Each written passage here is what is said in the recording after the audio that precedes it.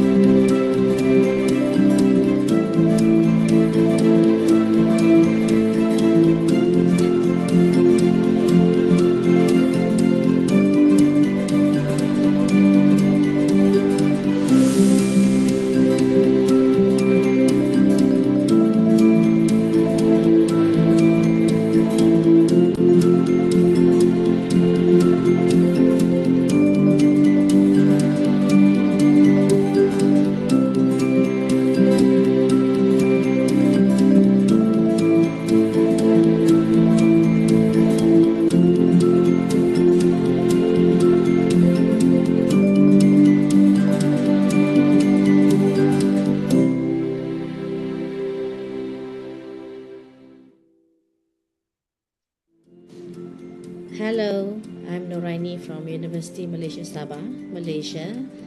I recently went on a research trip to Lisbon in February. We all met there, and I think it was incredibly useful. If I were to recall on what we learned, on the first day, I learned about governance, the importance of planning strategically, and how to lead changes.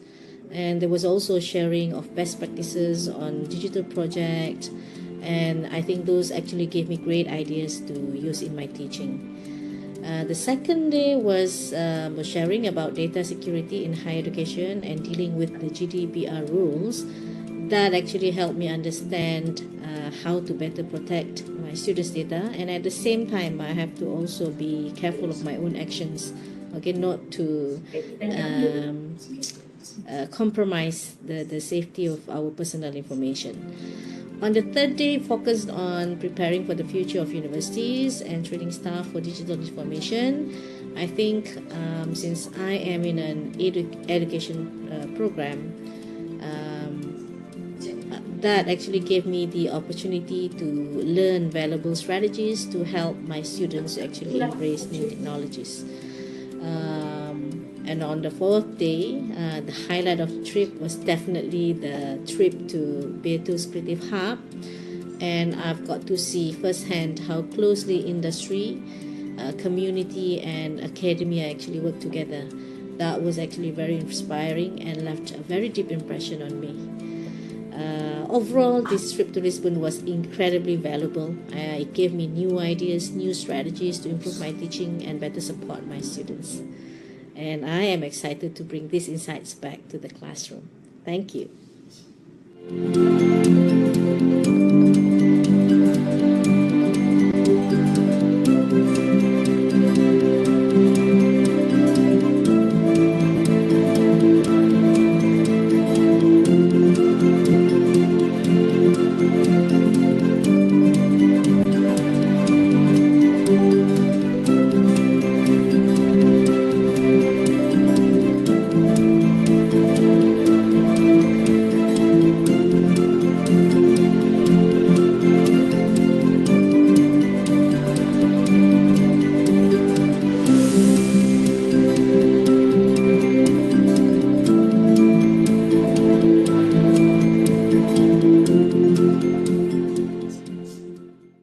Hello, good day.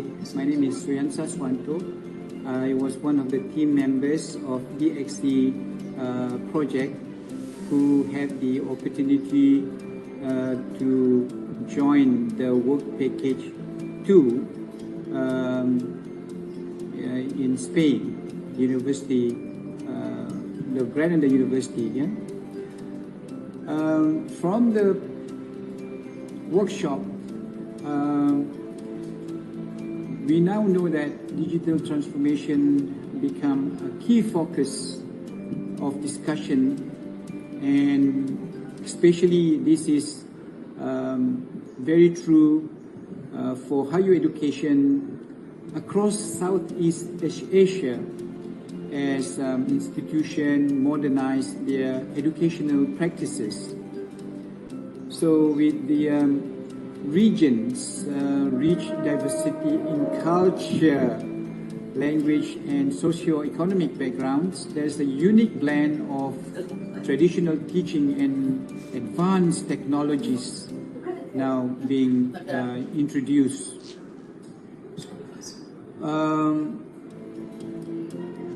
Driven by the needs for more accessible and flexible education, technological advancement, and global competitiveness, digital transformation in higher education is no longer an option. It's not optional anymore. In fact, it is a necessity.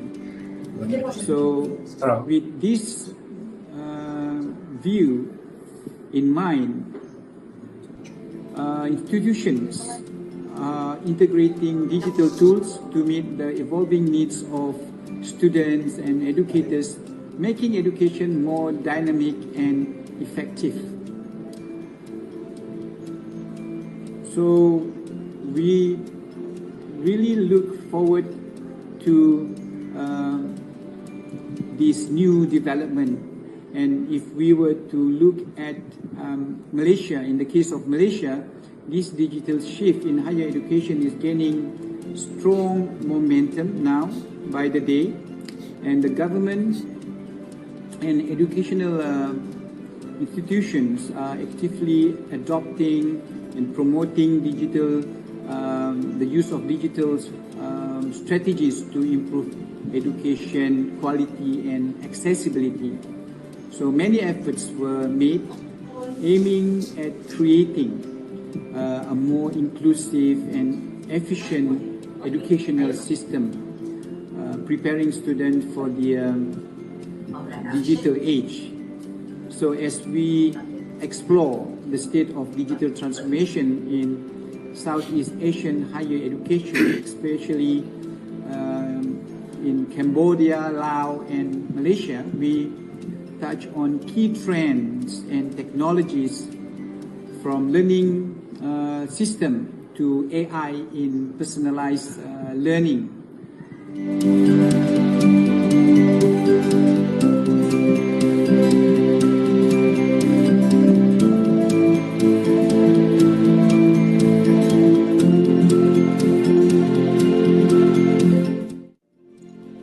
Hi, so my name is Liu Torsing. I'm from University Malaysia Sabah, Malaysia. So a few months ago in February this year, so I attended program on the digital transformation for higher education institutions in Southeast Asia. So basically, within this short program for a few days, I learned quite a lot. The most important thing is that the success story that's shared by the partners, institutions from Europe, and it give me some idea of our previous attempt or our previous effort in doing the transformation, digital transformation in our own institution many years ago. Previously, I was a Deputy Director for E-Learning Center in University Malaysia Sabah, and also in charge in the coordinating the massive online courses in the same university. In 2018, we have started the digital transformation, starting from the baseline study on the adaptation of technology-enabled learning at University Malaysia Sabah. So based on this report, we have come up with several strategies to hope that we can transform the digital learning in the university as soon as possible. Although we have some success, but there are some strategy where we hope they can produce the desirable outcome was not really meet the target. And based on the sharing by the partner from the European institution, from their success story, personally I come to a realization that a lot of our strategy and effort actually is on the right track. It's just that maybe it's because of the time and also the environment might not be that suitable or conducive enough to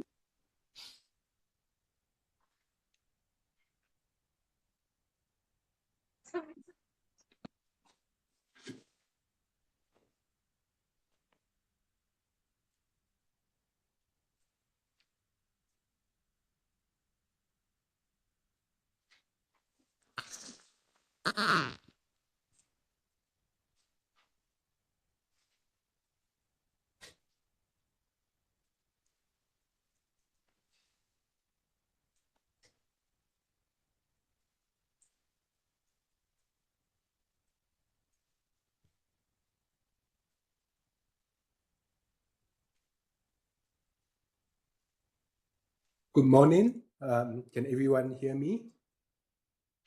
Okay, so I introduce myself. My name is Liu Tor Seng. So I will be the moderator for today's sessions.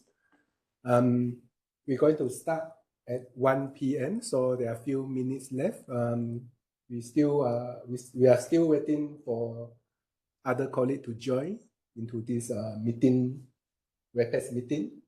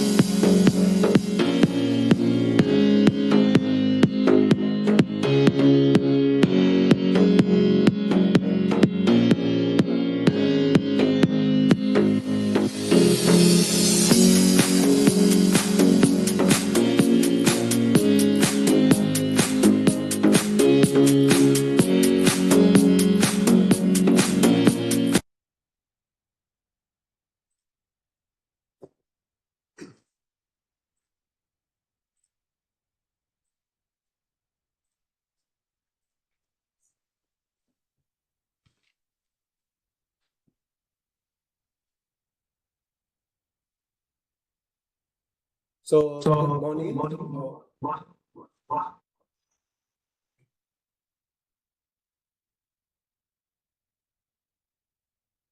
Good morning.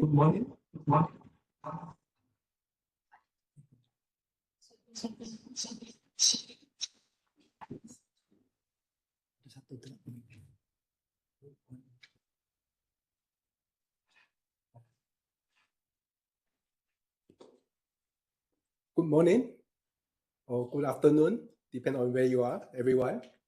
Sorry for a bit technical problem at the start. So welcome to today's seminar on digital transformation in higher education through the DSC project. My name is Liu Torseng, just call me Liu. So I will be your moderator for this session. As you can see from the screen that I just shared, we have an exciting agenda layout with insightful contribution from our esteemed speaker and panelists. Before we begin, I will go over a few housekeeping details and important information for you all. So far, we have around 88 participants joining this meeting, and we are expecting more to come in. So most of our participants are from Philippines, Malaysia, Indonesia, and Cambodia. Before we start our sessions, there are a few things that I need to share with you. So first is for the attendance. After the keynote speaker conclude his talk, there will be a link which you can find the attendance form for you to fill in your username, your full name and affiliation, and make sure the information is complete, because this will appear on your certificate of attendance. And second thing, in the form, you also can find a question, a short question that asks you if you would like to receive news or material that related to this project, which our speaker is going to talk about, such as training materials, guidelines, and other useful resources that will be produced in the future. Please indicate that you would like to receive those news or material or notification in the future. The form will be shared later after the keynote speech. For the Q&A, we will have a few rounds of the Q&A. After the keynote address and the contribution for all the speakers, you will have opportunity to ask questions. Because we have now around more than 100 participants. So in order to make sure we have the effective and fruitful Q&A session, I would like to ask you to submit your questions via the chat. So if you look at the web page at your right-hand side at the bottom, you see a chat bubble. So you can click on it, and then please include your full name, affiliations, indicate whether you want to ask the question verbally or directly, and also to write your questions. And if you would like to interact directly with our speaker and panelists, you might just ask the question directly, but please indicate that in the chat box before you do so. And then after panelist discussion. Also, after all the panelists and speakers have shared their talk, we're going to have a brief discussion among the panelists, and then we will have a short break for 5 minutes before we proceed with the Q&A, where we're going to interact with panelists and also with you all. Without further ado, I would like to introduce the head of the project for this whole initiative, Professor Nordin, to share with us about some background about this project, because some of you might wondering what is DSC, because for some of you this might be the first time you heard about it. So let's begin with the brief introduction to the project by Prof. Nordin. Okay. Thank you, Liu, for the introduction. Good afternoon for those who are in Southeast Asia region, and good morning to our friends in Europe, distinguished guests, colleagues, and participants. Thank you for having me in this seminar to give a bit of introduction about the project. It is my great pleasure to have to be here today as we gather to discuss such an important topic, the advancement of digital learning across Europe, Malaysia, Laos, Cambodia, and Lao PDR. First and foremost, I would like to extend my heartfelt congratulations to University Malaysia Sabah, UMS, for organizing this seminar. UMS has been an instrumental partner in the DXC project, and today's event is testament to their commitment to driving digital transformation in higher education, not only in Malaysia but also throughout Southeast Asia. And thank you to all seminar participants that I heard. Many are from Philippines, Indonesia, Cambodia, Malaysia, and hopefully we have some friends from Europe as well. Of course, we have some speaker from Europe. I would like to Dr. Pawan already in. I would like to acknowledge Dr. Pawan, who is going to be a keynote speaker in this seminar. Ladies and gentlemen, the DXC project is all about fostering collaboration and sharing expertise to enhance digital education system in the region. It's initiative like this seminar that allow us to come together, exchange ideas, and create sustainable solution to close the digital divide that still exists in many parts of Southeast Asia. The work being done by UMS, particularly in their dissemination efforts and outreach, has been outstanding, and I'm confident that this seminar will serve as a significant milestone in furthering our collective goals. Digital learning has the power to transform how we reach, how we teach, learn, and innovate. It opens doors to many new opportunities, builds competencies, and ensure that no one is left behind in this rapidly evolving digital era. So once again, congratulations to MS, and I look forward to a fruitful discussion that will unfold today and tomorrow. Ladies and gentlemen, the DXC project is an important initiative focused on advancing digital transformation in Southeast Asia, especially within the higher education sector. We have done some background relevancy in terms of why this project is required. As introduction to this opening remark, I will go through some key aspects of this project. This project is actually a project sponsored by Erasmus Plus under CBHE, Capacity Building Higher Education Program. So digital transformation has become a global necessity, especially in higher education, especially after COVID-19 pandemic. That was the beginning of our initiative, where pandemic has highlighted the need for institutions to adapt rapidly to changing environments.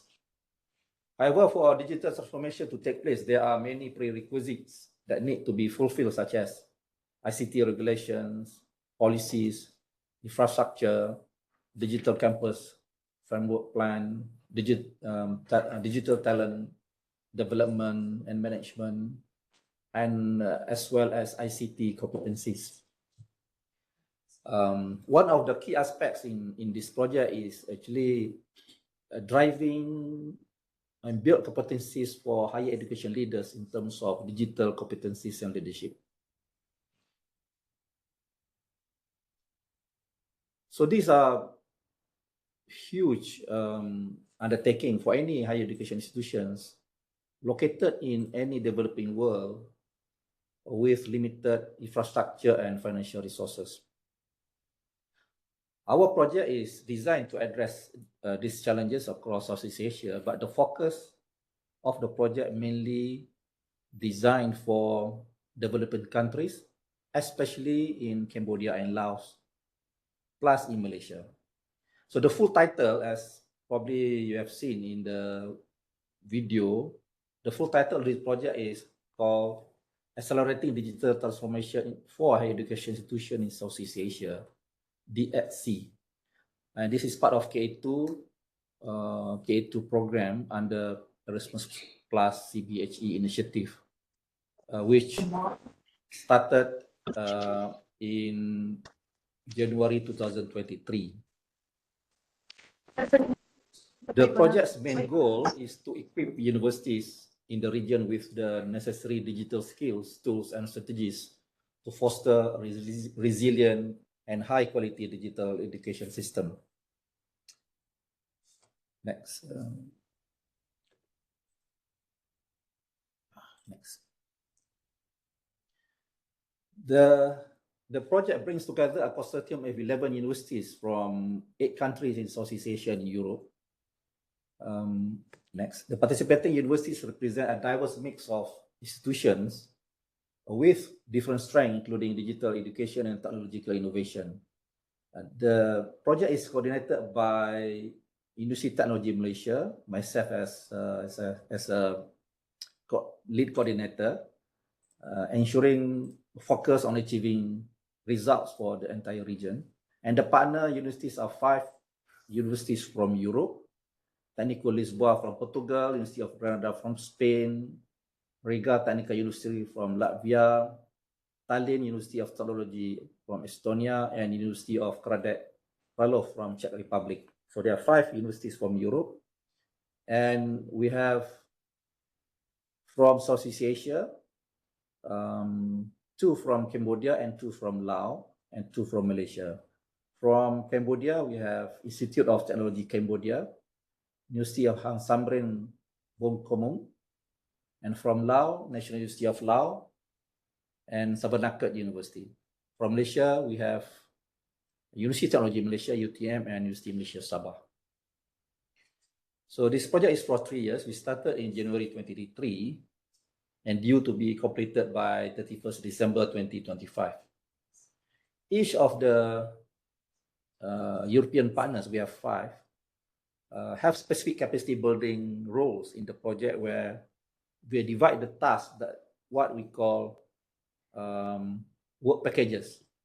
For example, Tallinn Tech, under the leadership of Dr. Pawan Kumar Dat, who is present here today as a speaker, is leading work package 4 and responsible for delivering training for trainers or training of trainers, TOT programs. Tallinn Tech, University of Technology, or we call it Tallinn Tech, is working together with Lisboa, IST from Lisbon, as work package 3 on training module development and other European partners in preparing the training modules for this project.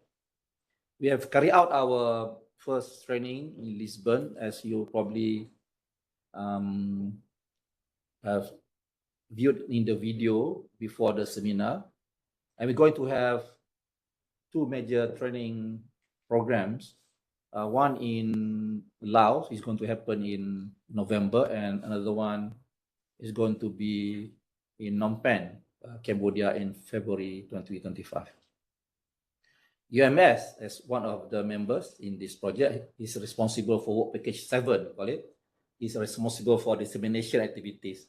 For example, establish a website, videos, social media channels, and publication, also organizing seminars and conferences, such as what we are having today. Thank you, EMS. Next, there are basically 3 key objectives, and basically this project is all about capacity building. There are 3. Number 1 is enhancing digital competence. Number 2, closing the digital divide, and number 3, improving the quality of digital learning. As for objective number 1, the primary aim is to build digital skills of university leaders, ICT managers who provide the infrastructure for the digital learning, and faculty members in the beneficiary countries. In particular, the focus is on equipping senior leaders and academic staff with the competencies to drive digital transformation effectively within the institutions. Number 2, closing the digital divide, which we recognize the digital divide based on our studies. Digital divide that exists particularly in developing countries, Laos, Cambodia, for example, in Southeast Asia, to a certain extent in Malaysia. DXC aims to bridge this gap by providing the resources and training necessary to ensure all institutions can benefit from modern digital tools and practices, regardless of their current technological capacity. And number 3, improving the quality of digital learning, which practically another major objective to improve the quality of digital learning. This involves developing framework tools and methodologies to ensure that online education can meet the same standards as traditional in-person instruction. So the project also focuses on fostering the sharing of best practices across the region, as well as learning from best practices in Europe. So we are expecting to deliver the project in 1 year or so, and we carry out several activities. For example, we have workshops and training programs. These are conducted to build digital literacy and expertise among university staff. Materials developed during these training programs will become a key resource for universities to look to modernize their digital education systems. Number 2, strategic leadership program or strategic leadership development. This is a unique content of this project, where we provide special trainings for higher education leaders, presidents, vice presidents, rector, vice rectors, deans, the director of ICT center, for example, a director of teaching and learning centers, where the leadership development programs are what we call a cornerstone of the XC project. By focusing on university leaders, the project ensures that institutions are equipped with strategic visions for implementing sustainable digital transformation. So without the vision and drive from the top leadership, the initiative will be short-lived or probably will not stay very long. So the sustainable is very important. And number 3, collaborative networks. So we are emphasizing on building strong networks for collaboration between institutions from Southeast Asia with European institutions. So this network enable ongoing cooperation, resource sharing, and knowledge exchange, ensuring the sustainability of digital transformation efforts beyond the project lifespan. So this is something that we're going to carry on even after the end of the project. We're going to have some initiative within the network.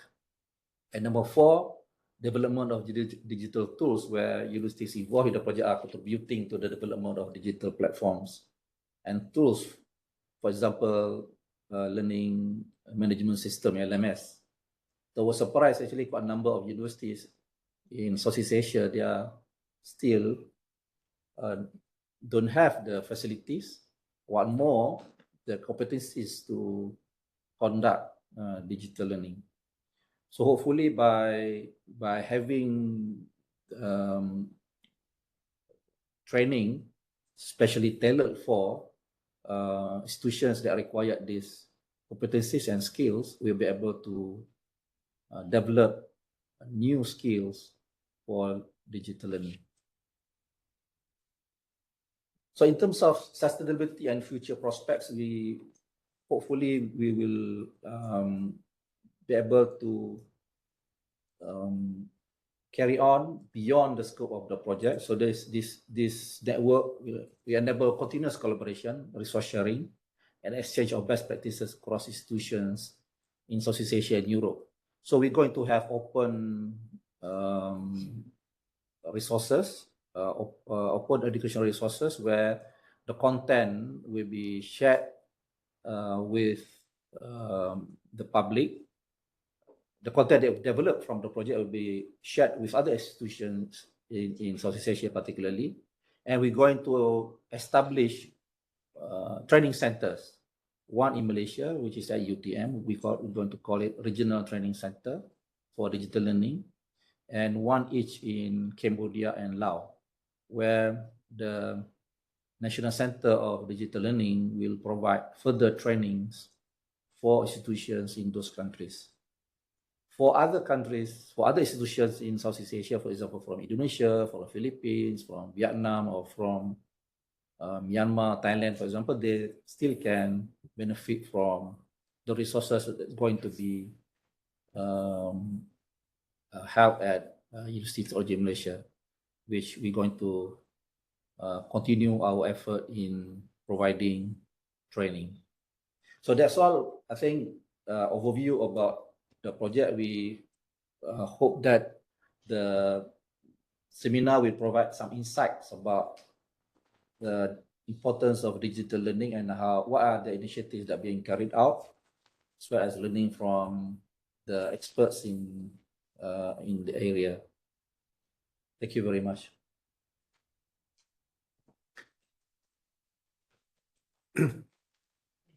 Thank you, Professor Dr. Nordin Yahya.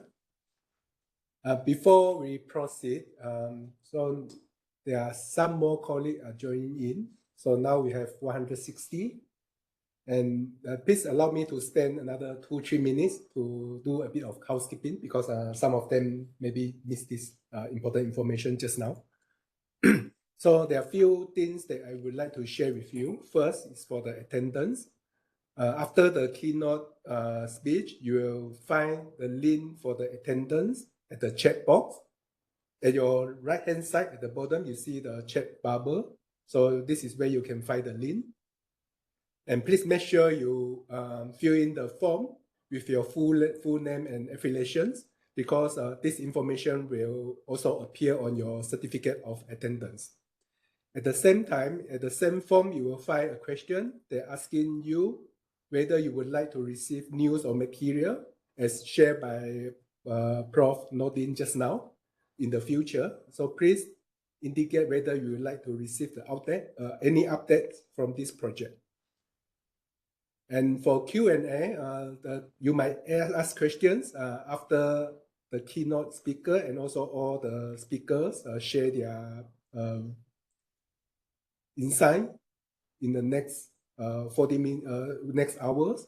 Then after that, we will open the Q&A session after the short discussion among the panelists and speakers. And before, without further ado, and before we move to the talk they're going to share by our keynote and other speakers,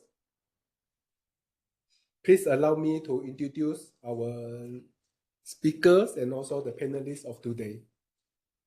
So first, of course, we have Professor Dr. Nordin Yahya, who is the project coordinator for this DSC. After that, we're going to shortly we're going to have a sharing from Dr. Pawan Kumatut from Tallinn University of Technology, School of Business and Governance, Department of Law. And then we're going to have a 3 sharing session again by from Professor Dr. Nordin Yahaya. And then we're going to have another one from Associate Professor Dr. Zaleha Abdullah. Last but not least, we will have a sharing from our friends from Cambodia, Mr. Lehin. So now we are ready for the keynote speech by Dr. Pawan Kumar. Okay, thank you very much. I hope my voice is clear and the video is visible. Everything is all right? Yes. Thank you very much. Would you like to share your PowerPoint? Yes, I'll start that right away. Yeah.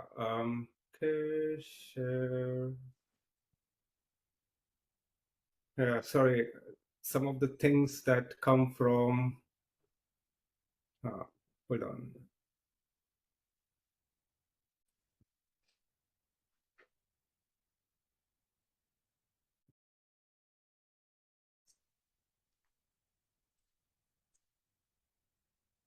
Well, some technical issues as I see over here, but we have discussed this previously in another chat. Yeah. Let me see. Well, plan B is I've already forwarded the PowerPoint presentation, and perhaps we try that. Is it? Yeah, I have the copy. I will upload. I will open it now. Give me a second. Thank you very much. And then we'll take it slowly, page by page, and I will. Yes. Thanks to COVID, we have all become experts in optimizing our solutions. No worry, no worry. We are ready for that. It's better. As they say, the show must go on. Okay. So before that, let me introduce Dr. Pawan Kumar. As we see at the beginning of this session, we have showed a video, but let me introduce him briefly. So Dr. Pawan Kumar is from Thailand University of Technology and School of Business and Governance, and he coordinates the European Patent Office for modular IP education framework, and he also involved in several EU-sponsored projects related to IP and also education. So today he's going to share with us about the advancing digital learning from the social and legal aspect. So let me run the slide and share. Okay, so I think the slide is ready. It's up. Yes, thank you. Thank you very much. And yes, so I'll be talking about advancing digital learning. It's very important sometimes for us to take a step back and look at the broader picture, especially in view of the fact that a lot of the cooperation that we are doing is multinational, multicultural, and across different regions, where different cultural and economic and social and strategic factors play a role. So today I'll talk about this for the next half an hour. There are also a lot of emerging legal issues that have gone beyond the usual copying and plagiarism aspects. So we will look at this as well. Next slide, please. Thank you.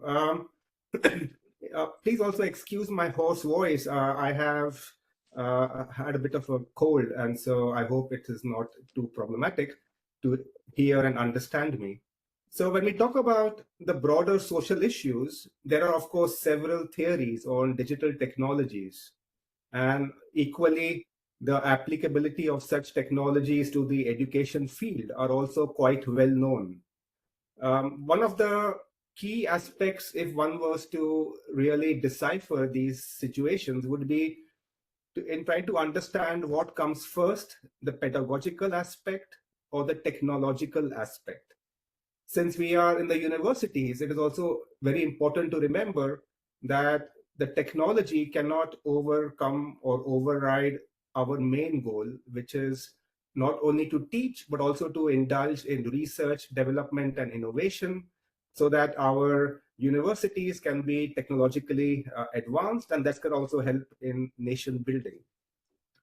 So talking about different theories, there are so many of them that I think during the course of this conference and also during the last few years, we have looked at so many of these aspects.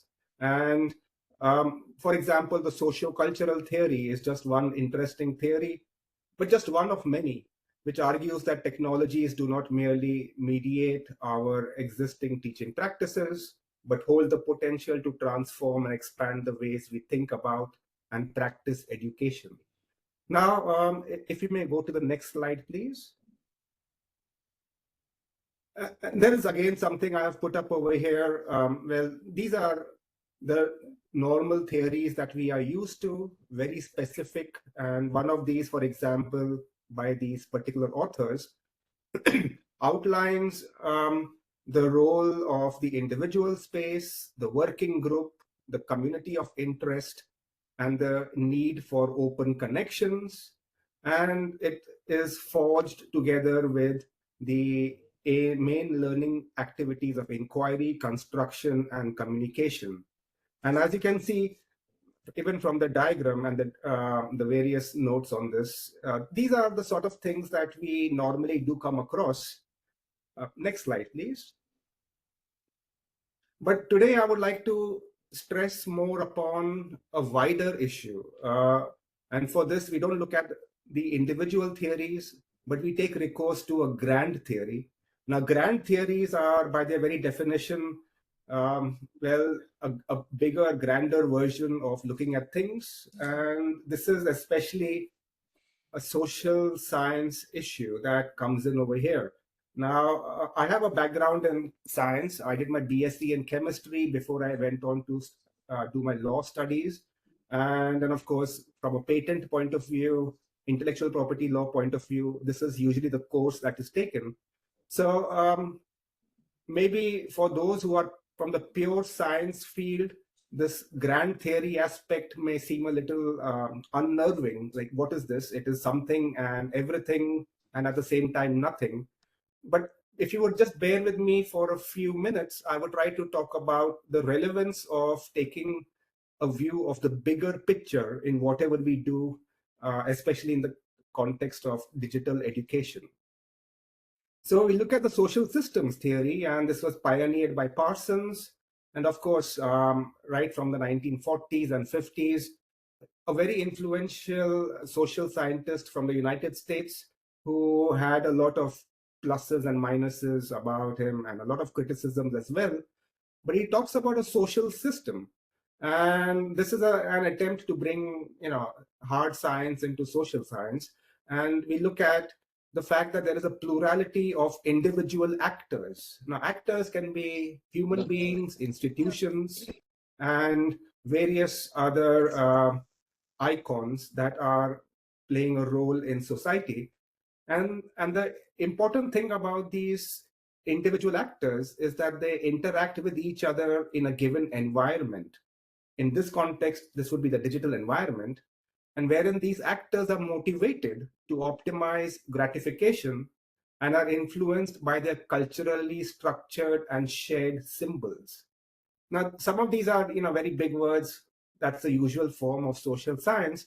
But basically what we are looking at over here is that a lot of unique actions should not be looked at individually, but within the bigger picture of cultures and behavioral patterns. And both of these together make a heady mix. So when we talk about culture, we have to understand that not everybody is on the same line when it comes to digital cultures. Similarly, when we look at current behavioral patterns, we also must realize that different actors move with different speeds. Even in the European context, we come across this very often because it is normally said that the Northern and Western Europe side is more technologically advanced, more into the internet and digital spheres of doing things, whereas in Southern Europe and parts of Eastern Europe, the digital role is much more restricted or limited. Now, these are cultural aspects, but we all have to work together in society. And when we look at this, there was a 4S model that was invented by Groen, and he talks about bringing in different aspects together, and he divided these cultural spheres into 4 equal parts. So there is the cultural factor, the economic factor, the social factor, and the strategic factor. And we have to analyze all 4 of these to understand why our institutions or our countries or our regions need to do certain things, and also to understand why they do it at a different pace. Next page, please. Thank you. So another important factor over here is also sustainability. And as Professor Nordin Yahya has also mentioned this is something very important, because sustainability is related with finding the correct balance between present and future aims so that the future is not jeopardized. Now, this is a very interesting viewpoint, because very often what happens is there are multi-million euro projects that we see in the European context. They do the role for the 3-year, 4-year period, and we build up connections, but then these connections break down and researchers, universities move on to next partners and next goals. Now, this means that we are reinventing the wheel every time.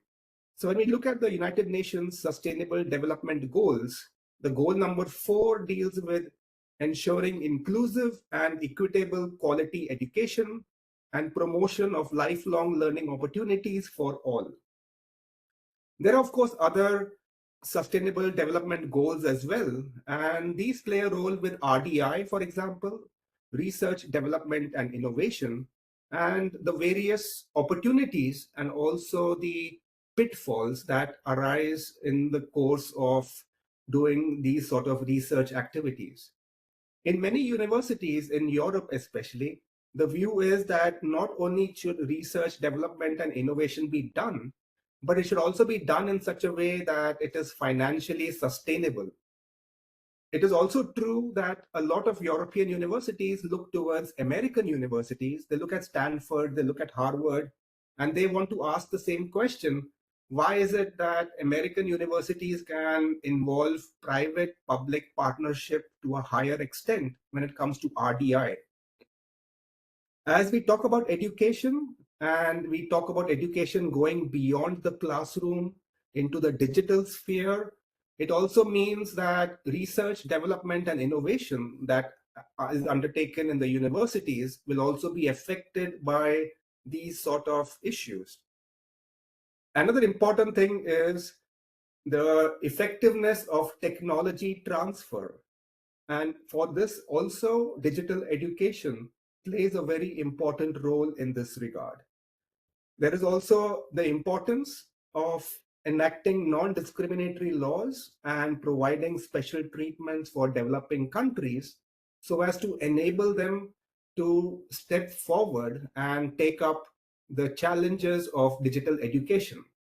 But in the course of this keynote speech, I will talk about other factors that play a big role: political factors and social factors, strategic factors that influence not only our personal everyday aspects, but also how universities and countries view these sort of developments. Next slide, please.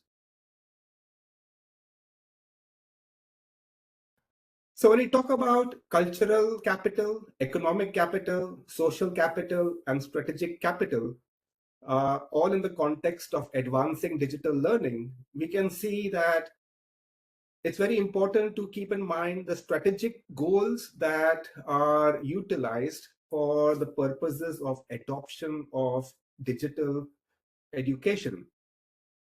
And this is because various actors, may they be universities or countries, are interested in an alignment of goals. Now, in our Dixie project also, we have very different universities from very different countries, and they have different backgrounds, both in not only the digital infrastructure, but also the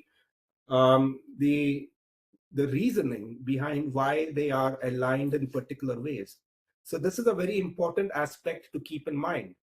Next, of course, is the cultural aspect. And when we talk about cultural aspect, we talk about, for example, not just everyday culture, but education culture, research culture, and the culture of growing knowledge and sustaining knowledge, and the institutionalization of these patterns of behavior,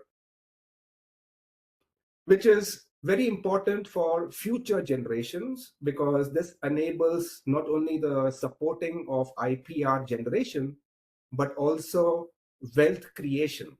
Now, when we talk about wealth in social science, it is not just money, but we are talking about more than money. We are talking about wealth which brings in a positive contribution to society. Next slide, please.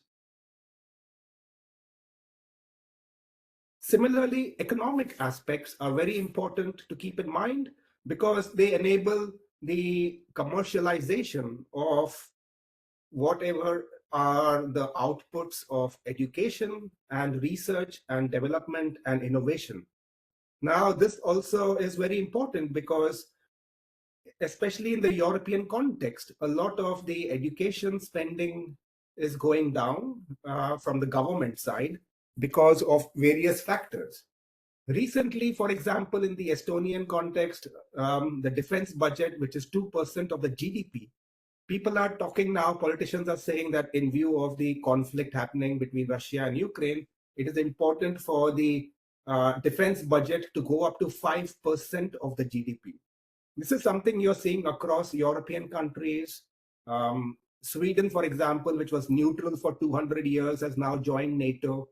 Now, all of this has an effect, number one, on the amount of capital money that is put into the education system by the government. Secondly, the emphasis on becoming more and more technologically self-reliant and also efficient, so that more can be done for less payment of money or economic factors. And then thirdly, also the need that universities, which are sitting on a mountain of research, development, and innovation, universities which are the epicenters of high learning, universities where very smart people come to study, how can they be retained so that they are encouraged to create startups and to do more things, so that they can create an ecosystem, a cluster, which can then contribute more to society by creating jobs and by creating new knowledge and the transfer of the same knowledge. All of this requires a lot of deep thinking and a lot of economic understanding of how education can not only be transferred or disbursed in an efficient manner by the use of technology, but also how the aims of education are not forgotten in the long run. And lastly, of course, there's a social aspect, because relationships are the key to everything. And successful relationships with other actors are essential for optimal use of financial and human capital. And this alone can create profitable ventures. And so also important is that everybody is equal, and it does not matter whether I am from Estonia or Professor Yahya is from Malaysia or others are from other parts. We are all actors within the same relationship, and we own the social capital equally, and we try to maximize our joint efforts. So these four factors, cultural, economic, social, and strategic, are very important. Keep them in mind, because I will try to be maybe more provocative in the last slide where we look at geopolitics and various other factors that play a role. Next slide, please. Now, besides the social factors, if I may be permitted, I'll talk for 10, 12 minutes about legal issues. And these are some issues that have come up and are becoming stronger and stronger every day, and they can no longer be ignored. Now, some of them are the more simpler ones, which we all are aware of. They deal with privacy, accessibility, social media, and these are issues that we have dealt with during the Corona time as well. Just as students have the requirement for privacy, even teachers have requirements for privacy. There's an important aspect of the collection of data and whom this should be accessed by. But accessibility also requires overcoming, for example, the digital divide and for people with disabilities. So, for example, a lot of research has been done over the fact that people who are visually impaired are more and more being left out in this digital race, because all these new technologies sort of are very focused on the audio visual content. Also, we have to be careful about the terms of service and other legal agreements that are relevant when using online learning platforms. Some universities have bought very expensive subscriptions for exclusive online learning platforms. And this, of course, also creates issues with compatibility with other systems that are operating. It is tempting to use social media because a lot of our populations in Asia, for example, tend to use mobile phones rather than the more expensive laptops. And social media seems to be a very convenient way of creating and content and getting in contact with or in touch with our students who may not be able to attend physically the classrooms. But then we also have to understand that social media comes with its own pros and cons. And if we are trying to impose a very formal atmosphere into a very youthful and informal setting in the social media, then there can be a lot of clashes that arise in this regard. Next slide, please. Going on to more thornier issues, there's of course the copyright aspect and then plagiarism. And we all know that just as it is easier to interact with 100, 200 students online, it also becomes a problem because you can upload anything, download anything, and these can be very problematic, especially when we are talking about copyrighted material. It is also very easy for students, unfortunately, to copy when they are doing online exams, because you have no control over the environment within which the exam is being undertaken. There may be 10 of them sitting in the same classroom, in the same room, for example, and sharing devices. And of course, it becomes impossible to check what is going on. There is copyright law, and under copyright law on a global scale, the laws are quite synchronized because of the United Nations, the World Trade Organization, the TRIPS agreement, the Uruguay round from the 1990s. So copyright laws, whether in Europe, in Asia, in most countries are quite similar. The same goes for all intellectual property laws, more or less 99%, they are all similar. So all copyright laws in all countries have certain provisions regarding permitted acts and fair dealing. And of course, they all provide that if there is non-commercial research and there is sufficient acknowledgement, or there is a private study, or if there is criticism or review work being undertaken, then whether it is in social science or hard sciences, it is permissible as long as you acknowledge the original authority. But more problematic is the fact that artificial intelligence enabled chatbots and chat GPT and everything have enabled copying to take place on a much different scale today. Now, we cannot accuse somebody of doing something wrong without adequate proof. But when you have a person who cannot speak English properly, but if you read his paper, it looks like he has attended Harvard or Oxford or Stanford or all three combined, then it is a problem trying to understand how to grade such a student. And believe me, this has become a very pervasive issue. There are students who openly say that they are paying 20 euros per month for Chat GPT and they are not happy with their results. And I, as a supervisor or a lecturer, am not in a position to either laugh or cry in this regard.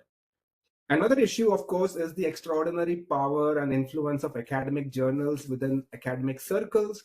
And all of us have undergone this torture. And it is also important to keep in mind that many of these are institutions which are in a very commanding position, and they have a very outsized role in the context of what we as researchers do as research and can present in our research studies. As they say, either you publish or perish, and then there are Scopus, H1 index, and all sorts of these things, Web of Science, Reuters, there are all of these things that play a big role. And of course, there is this need to make your research published and available, but also there's a lot of problems that are arising from the context of the misuse of artificial intelligence, either for writing papers or for reviewing the research process. Next slide, please.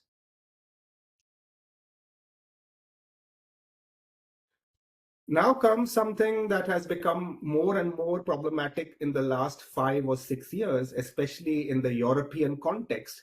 In the EU, the role of major internet platforms has grown exponentially. When we talk about this, it is important to remember that there was some statistic, for example, which said how many years it took Ford to sell 100 million cars, or even 50 million cars, and how many years it took Bell to sell 50 million telephone connections. And then if you ask how many years it took Facebook to get 50 million users, or how many years it took TikTok to get 50 million users, or how many years it took Airbnb or Booking.com or Uber to get 50 million subscribers or users, you will see that this time frame has been reducing more and more all the time. And this is in part also a testament to the outsized power of these major internet platforms. Now, when we talk about major internet platforms, it's not just eBay or Amazon or Google or YouTube, but also MS Teams, Zoom, and various other of these platforms, which are able to control hundreds of millions of users and their data and their accessibility and the compatibility of the software with the hardware. And all of these things are causing a lot of concern with regard to who is going to control these major internet platforms. They can potentially dominate and, as a result, diminish consumer choices, undermine privacy, and cause general harm at economic, social, and political levels. We also see this in the context of the world, how, for example, the Chinese internet system or the Russian internet system or the Western internet system or the other Asian internet systems sort of form their own clusters and are not easily crossable from one side to the other. There are a lot of political considerations and geopolitical issues that play a role in determining how these major internet platforms function. And subsequently, it also causes concerns when we are trying to understand learning management systems and how they can cooperate or interoperate amongst different regions, especially if there are restrictions on the usage of certain LMS systems in different jurisdictions. Next slide, please. Data has also emerged as a key issue. I would not call it a weapon as such, that is a very strong word, but data is an increasingly important asset. It enhances competitiveness, but also creates entry barriers for newcomers, and it adds a high degree of quality to everyday technical and business functions. As universities, as institutions of higher education, one of the key outputs that we have is data, and data is, it could be scientific, it could be anything related to the universities, but as you can see, it is highly prone to misuse, and especially in the case of online platforms which are very large, and this causes issues from the monetization point of view, from the discrimination point of view, from the misuse of algorithms or direct targeting. And interoperability is especially a key issue because data, if it cannot flow freely, gets bottled up and we have bottlenecks, and these can be extremely problematic. The privacy of data, as we have seen, for example, with some social media like WhatsApp or Telegram, is also very controversial, and a lot of backdoor entries are allowed for different government organizations, and this puts us as academics right in the center of this crazy game that is being played. Maybe we just want to be in the university, interact with young people, teach and share our knowledge, but there are other factors that are beyond our control, but unfortunately we get also stuck in the system. Next slide, please. It is important to remember that there are a lot of outdated legal doctrines because these were designed for the non-digital era. And in the last 10 years itself, the digital era has overtaken so many different milestones that the law is trying to catch up with what is happening and going on. It is very easy to ban technology, but that is not the answer. And so new laws keep on coming up. And in one of our research projects, which got published as a book chapter, there is a reference to it at the end of the slides. We looked at 4 distinct streams in the context of digital technologies. And so we look at IP laws, competition law in the digital environment, human rights law, and the requirement for integration of digital services. And all 4 of these play a major overlapping role in the context of our understanding of digital education. Next slide, please. In the European Union, a lot of new laws have been developed in this regard just in the last 2-3 years, and they are going to have a deep impact on digital technology service providers who are of a very large nature. And by that very aspect, you can see how they would have an influence on Zoom, MS Teams, and various other learning management systems. So this is just one of many such laws. Recently, we published a book with a Vietnam co-author, and we looked at IP laws in the context of European Union and Vietnam. And of course, we can see that a lot of these laws dealing with digital services, which of course also includes digital education services, are still in the process of being developed in different parts of the world.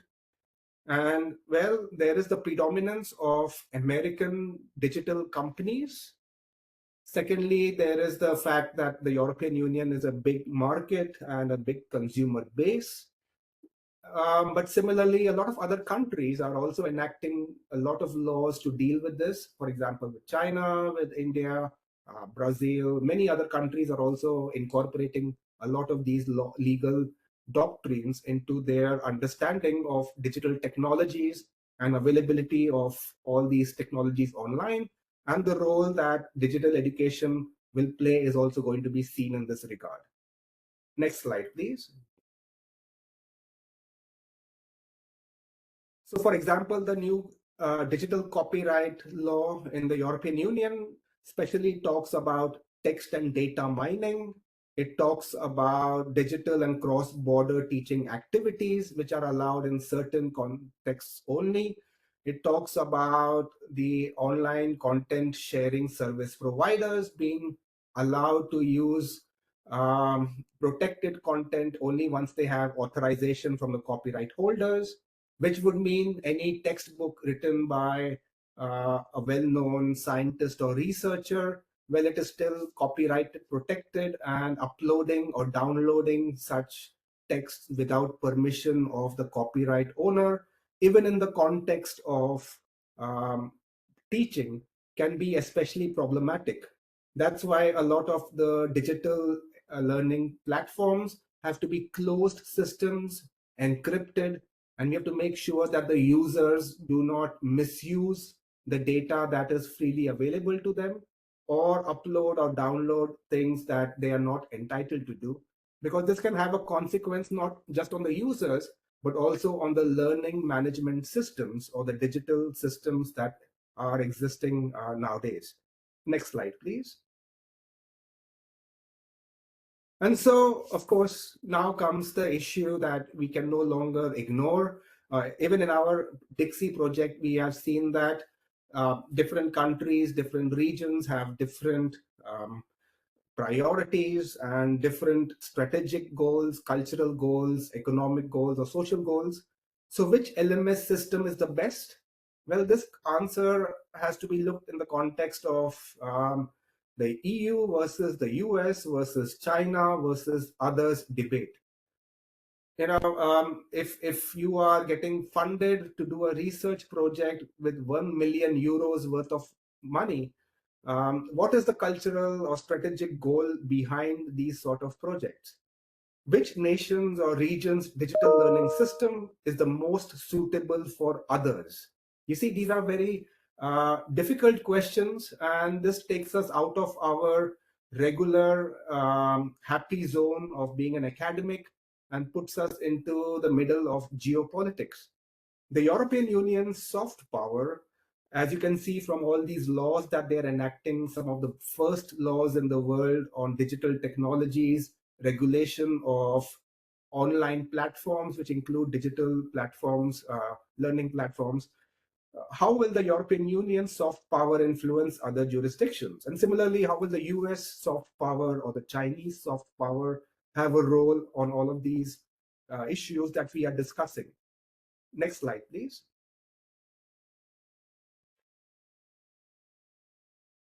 So as you can see, a lot of questions do arise, and we have to be very mindful of these sort of questions that come up over here.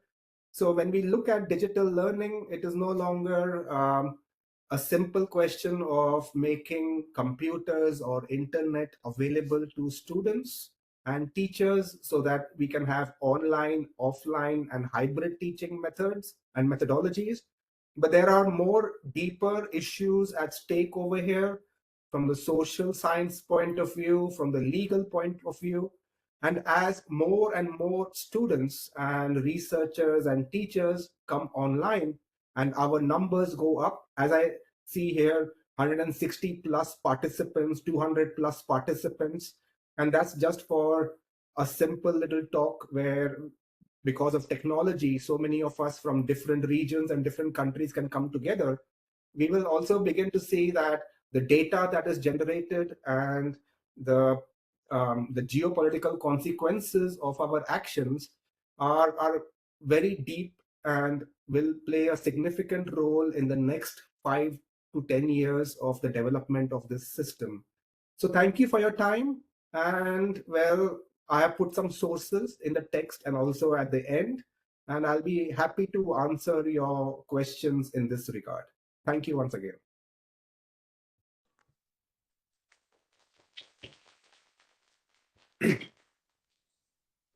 Thank you, Dr. Pawan.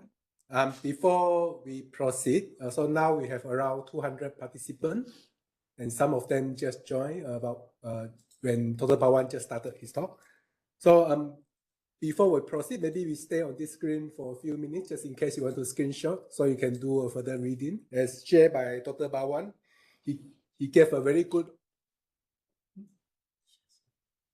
Sorry? Slide. Yeah, must have that. Slide and share. Okay. So it's okay. So I'm going to stay here for a while so you can take a screenshot of the reference just in case you want to read more later. So Dr. Pawan shares some important aspect that we often overlook, which is a social aspect and legal aspect. Because after COVID, I think for technological aspect, everyone is quite well off and everyone learn very fast to catch up. And now these are the two aspects that we always overlook.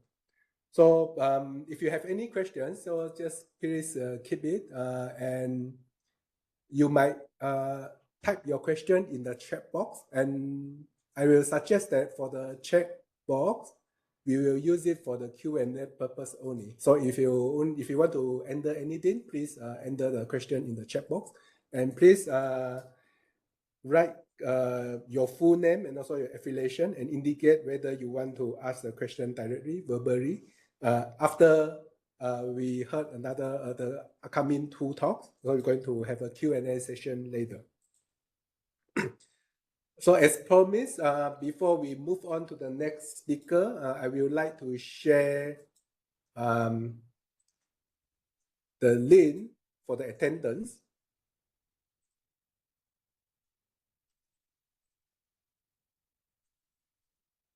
So give me a few seconds to share it.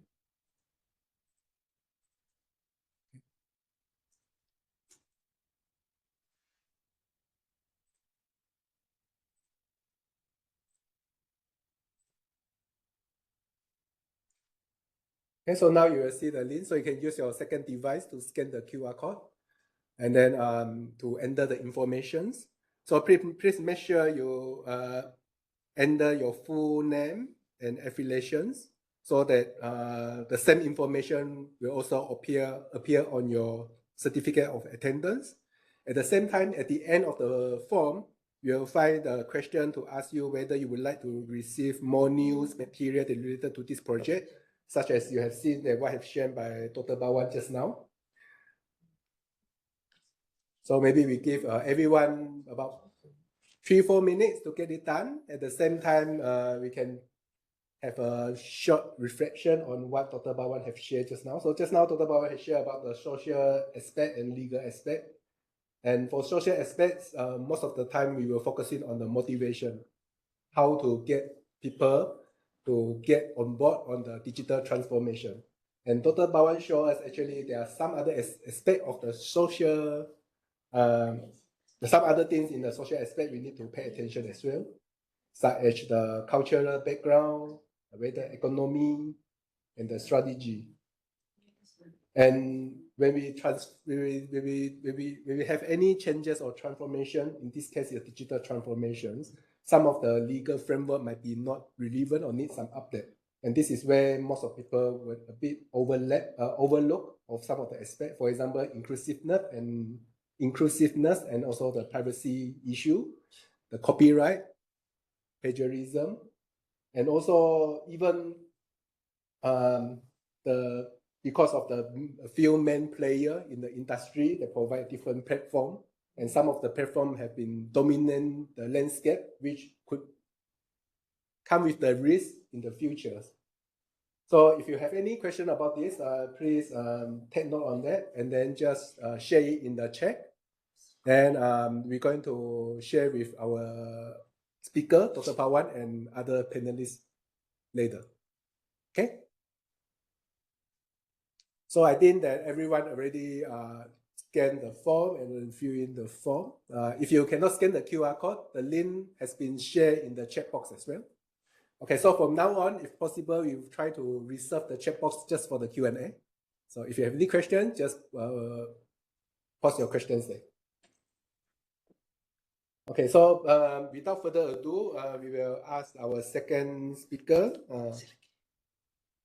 Second speaker, Associate Professor Dr. Zaleha Abdullah. Thank you. Shall I begin now, Dr. Liu? Yes, you can try to share your slide. Okay, warm greetings, everyone. Let me just share the slide first here.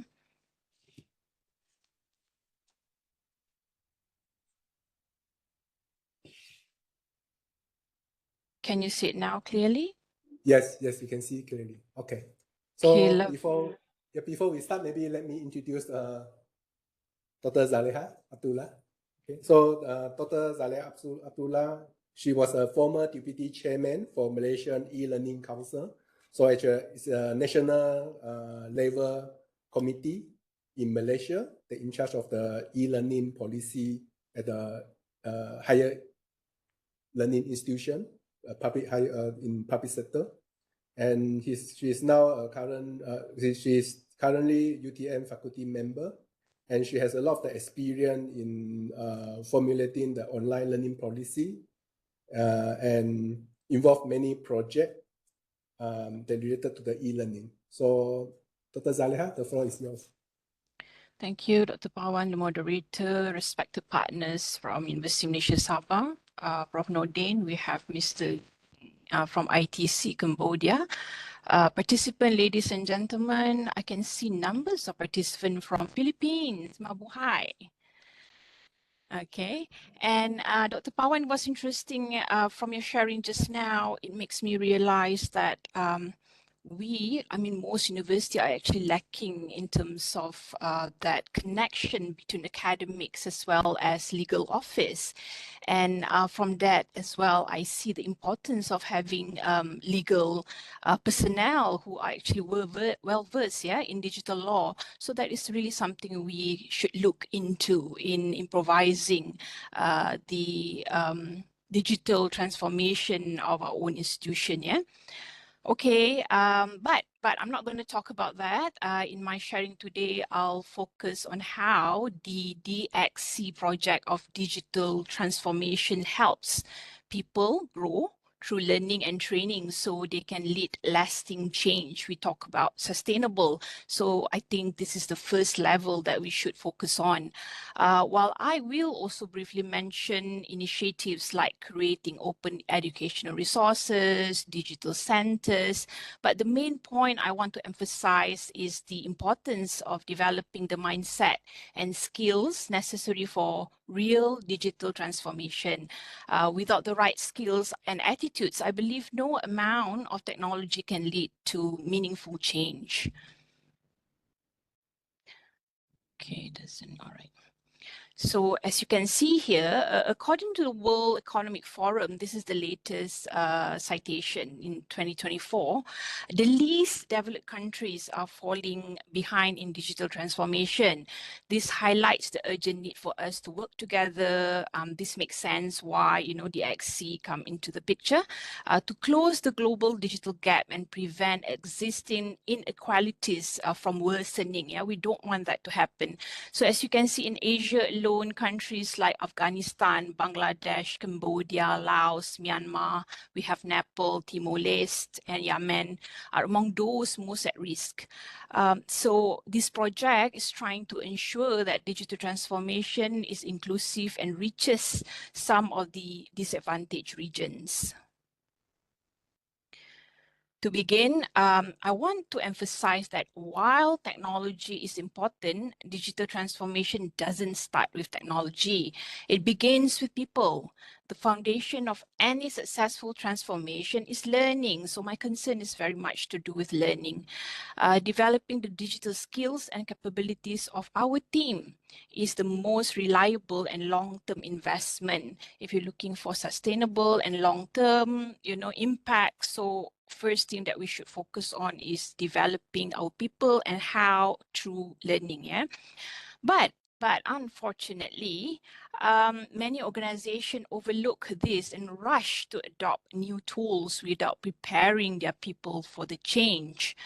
So this is what we should be looking at, starting with we forget that it's the mindset and capabilities of our people that drive real progress. So the focus on the latest gadget or software, hoping it will bring about transformation, that is not fully right.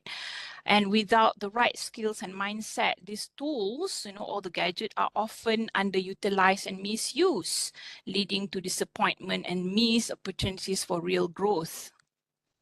Okay, the next slide, you can see in our, I'm trying to explain how our project DXC able to cater or mitigate these issues.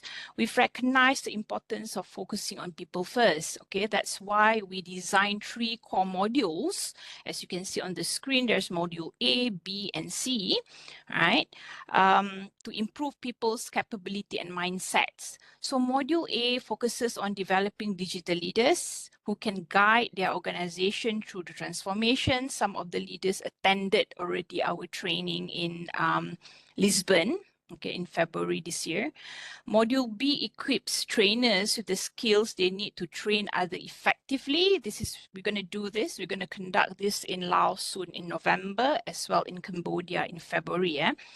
Okay, while Module C refines pedagogical approaches to ensure that digital integration in teaching is both effective and meaningful. So mostly educators, teachers, or you say lecturers in the university will start to use Module C to conduct their teaching and learning in delivering the digital transformation to learners.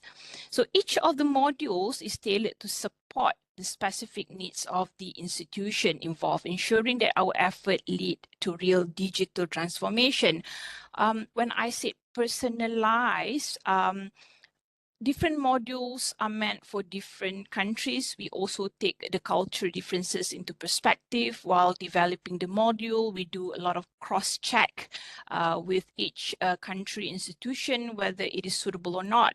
So you can see some of the modules, let's say if we cater some university in Laos, they may not need the LMS technology. They may need some other lower end technology. We may apply that, according to the plan. And these are all personalized based on the needs of the participant in the project. Okay, next, if we look at this is actually a digital transformation for digital learning in higher education framework. It's an existing framework, but let me just explain. The DXC project already cover many important areas in this framework, like teaching methods, policy, support services, partnership, and training for instructors. So all the module A, B, and C just now, somehow the content in it covers most of this.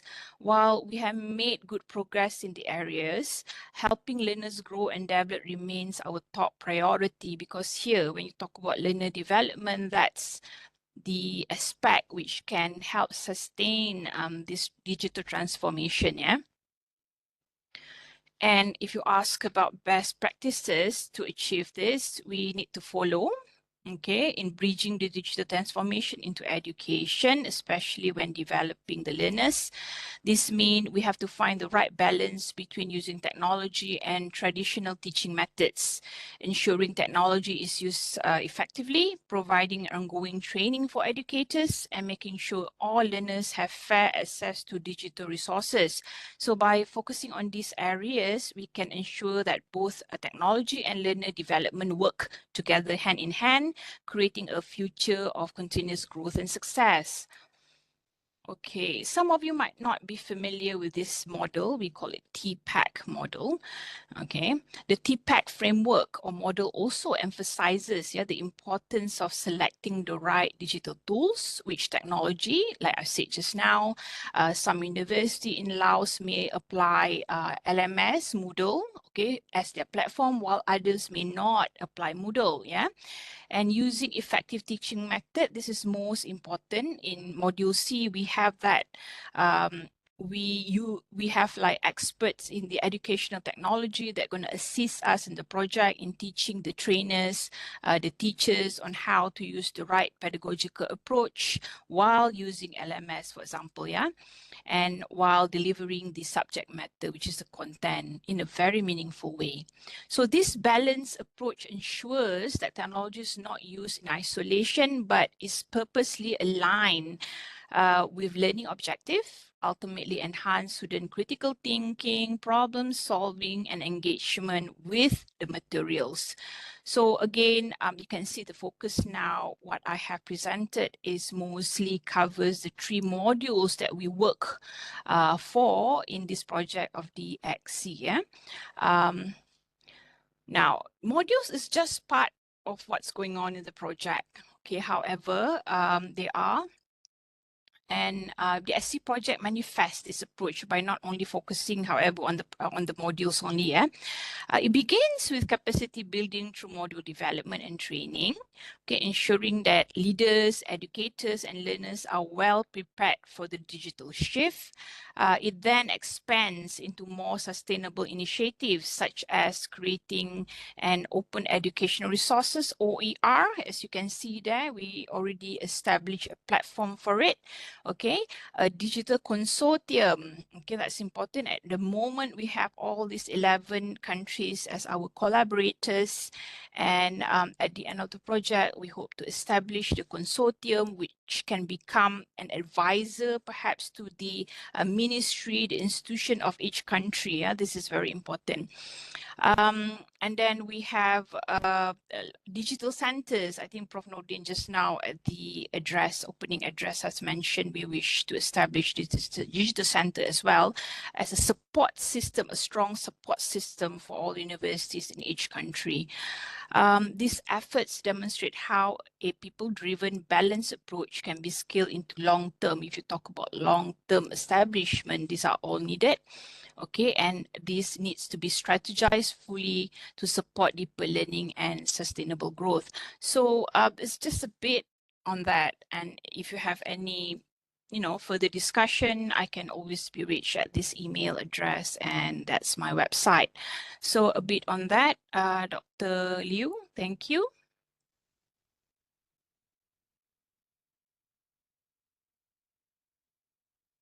Thank you, Dr. Z. Yeah, so it's working.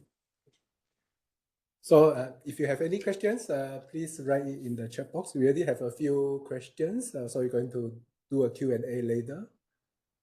So just now, Dr. Z shared a bit about the sustainability of the project. So the people is very important because if there's a digital transformation, that means there will be the changes in all aspects in the normal routine that what people have been doing all the time. So we need to make sure they are technologically prepared and knowledge prepared for those changes. And the lifelong learning is a key word here. We need to make sure everyone continue improve themselves and also keep learning the new things. Not only learning new things, but also unlearn those outdated knowledge and skill and learn the new skill that is required for the futures. Okay. So please post your question in the chat box. And if you have any specific question about the content that present by both speaker and also the next speaker later, or you have one, if you want to share any of your experience related to your what you have experienced in the past in terms of challenges, and also you might want to get some insight for our speaker, please do so. So before further ado, we would like to invite Dr. Lai Heng, Mr. Lai Heng. So let me introduce Mr. Lai Heng. So he is the Dean of Faculty of Electrical Engineering at Institute of Technology of Cambodia. And he played a key role in the promoting e-learning in Cambodia, higher education institution, and he has supported numerous projects related to the digital education and capacity building. Mr. Lai Heng, are you going to share a slide? Yeah, I will share a slide. Okay.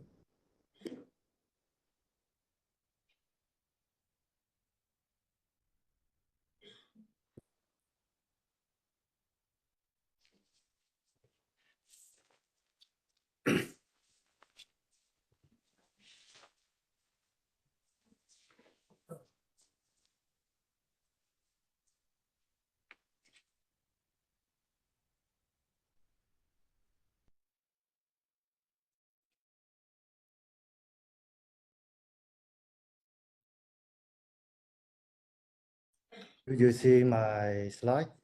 Yes. Okay. So Yes. thank you. It's up. Yeah. Yeah. So thank you for inviting me to be part of this exciting seminar. So instead of present at the quite global level, as mentioned by Dr. Jacques in the Economic Forum, Cambodia is still lag behind on the technology and digital transformation. So I will more focus on how ITC have been working through many years and how ITC have been supporting partner in developing their e-learning activities. So let's start with our story. So we start the e-learning center at ITC in 2012. We built our e-learning center under the Asian Cyber University project. So with this project, we have developed our e-learning center that composed of the multimedia room, content development room, and operation room with the data server. So in this project, we have two big phases, and the last phase from 2020 is ITC, our own roadmap. So in the first phase from 2012 to 2015, ITC focused on developing our own capacity through the Asian Cyber University project to develop our capacity on how to develop the e-learning content and operate it. And in the second phase, we expanded to other higher education in Cambodia. So in this phase, from 2016 to 2019, we have organized different training workshop on how to promote the e-learning and also to have the other higher education in Cambodia to develop to develop their e-learning activity. And from 2020, ITC would like to be the hub of the e-learning hub in Cambodia. So here is the content that I have been developed by ITC. So beside our own content, we also have the project like UNESCO BIP, the Basic Education Equivalency Program. We have them to develop the whole content and also have to operate the content for 1 year and a half before we transfer to the Ministry of Education and Sport. And ITC also support partner like National University of Management, University of Health Science to develop their e-learning content. And also there's one organization that are working on the IT passport examination. So they also produce the content with us. And we also support the Ministry of Education, Youth and Sport to develop their content during the COVID-19 in 2020 and 2021. Besides developing and support the partner to develop the content and operate, we also support partner to put their content on our platform because some partner they don't have the technical person to operate and have the infrastructure to operate the e-learning content. So we also support them to do it, like the Royal University of Agriculture and IF Adjunct Université de la Francophonie, it's a French-speaking university network. So here is just some sample content from ITC. And here is the content that we developed for the Basic Education Equivalency Program for the UNESCO. And here are the content that we developed for the National University of Management and University of Health Science. And here are the content from the CIRAT and University of Agriculture that we support them to hosting the content.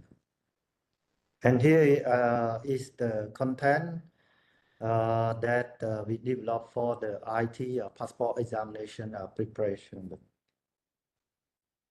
And here is the content that we developed for the Ministry of Education during the COVID-19. So ITC have been develop and operate the e-learning content since 2012, and until now, about 50% of the our students enroll and engage in the e-learning activity. And for our platform, ITC using Moodle as our learning management system. But now, because it just recently, with the new project of the Cambodian Cyber University, ITC have moving all of our content to the Cambodian Cyber University network platform instead of hosting it at our own platform. So to make the e-learning work at ITC, we have get support from different level. We have the support from the school level that facilitate us to get it operate at the school recognition. And for the at the department level, department also look at the curriculum and try to adapt it to let the professor and approve in our curriculum and giving the credit by using the online content. And for sure, we also, to make it work, ITC have the e-learning center who provide the technical support to all the user and learner. So let me skip it. So besides having the content operate support the partner, we during the COVID-19, ITC also organized the online exam for different partner. As I mentioned earlier, Cambodia is still lag behind on the digital transformation, and during the COVID-19, as a lot of partner, they don't have the system to do the exam.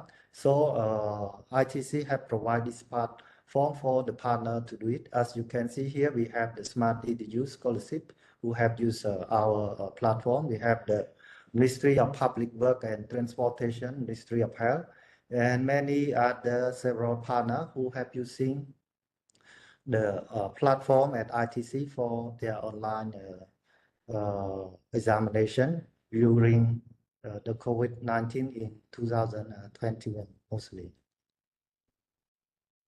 And here is just a picture of the monitoring because it normally it's a national exam, so we have the committee who will come to supervise our work at ITC.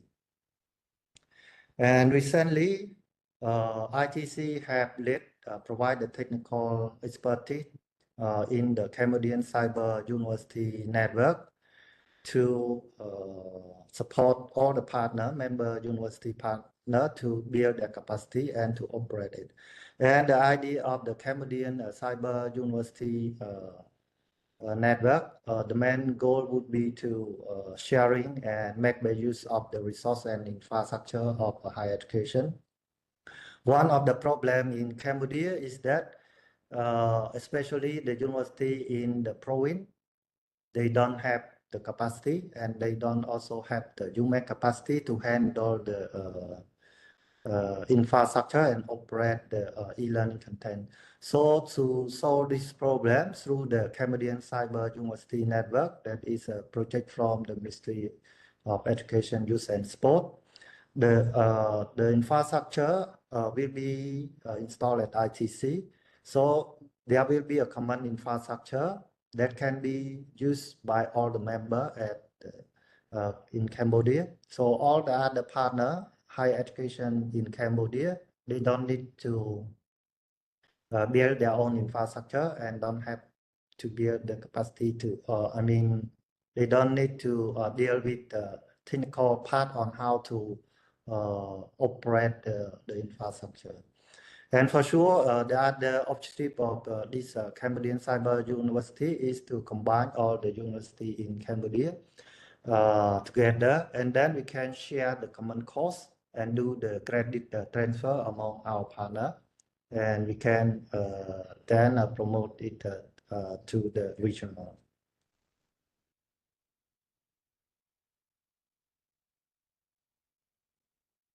Thank you. That's all for my part.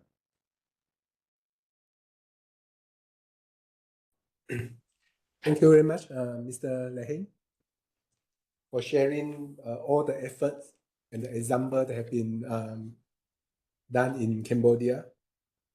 And it's very clear that you try. I mean, the Cambodia have a very good effort in transforming the digital learning, not only from the delivery and also from the assessment and all the aspects in education.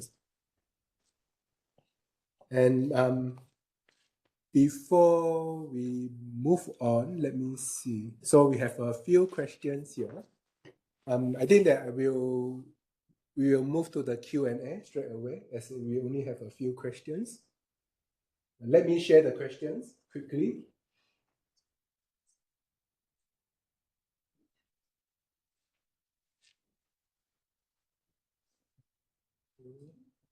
Give me a second to do that.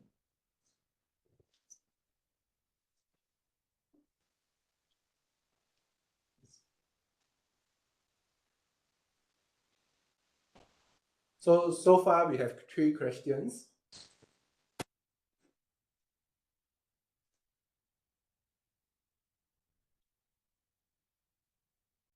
Okay. So I think everyone can see the questions. So I think that we maybe I really sort the question according to the major aspect that we discussed just now, especially by Dr. Pawan, who have set the scene. So Dr. Pawan will first share about the social aspect. So there are 2 questions about the social aspect from the participants. So we look at the first one from Wilson. So this is the question: in the prevailing condition and situation of education around the world, how can we make the conduction of research be more resilient against the internal and external threat? I think what he meant, external threat and opportunities.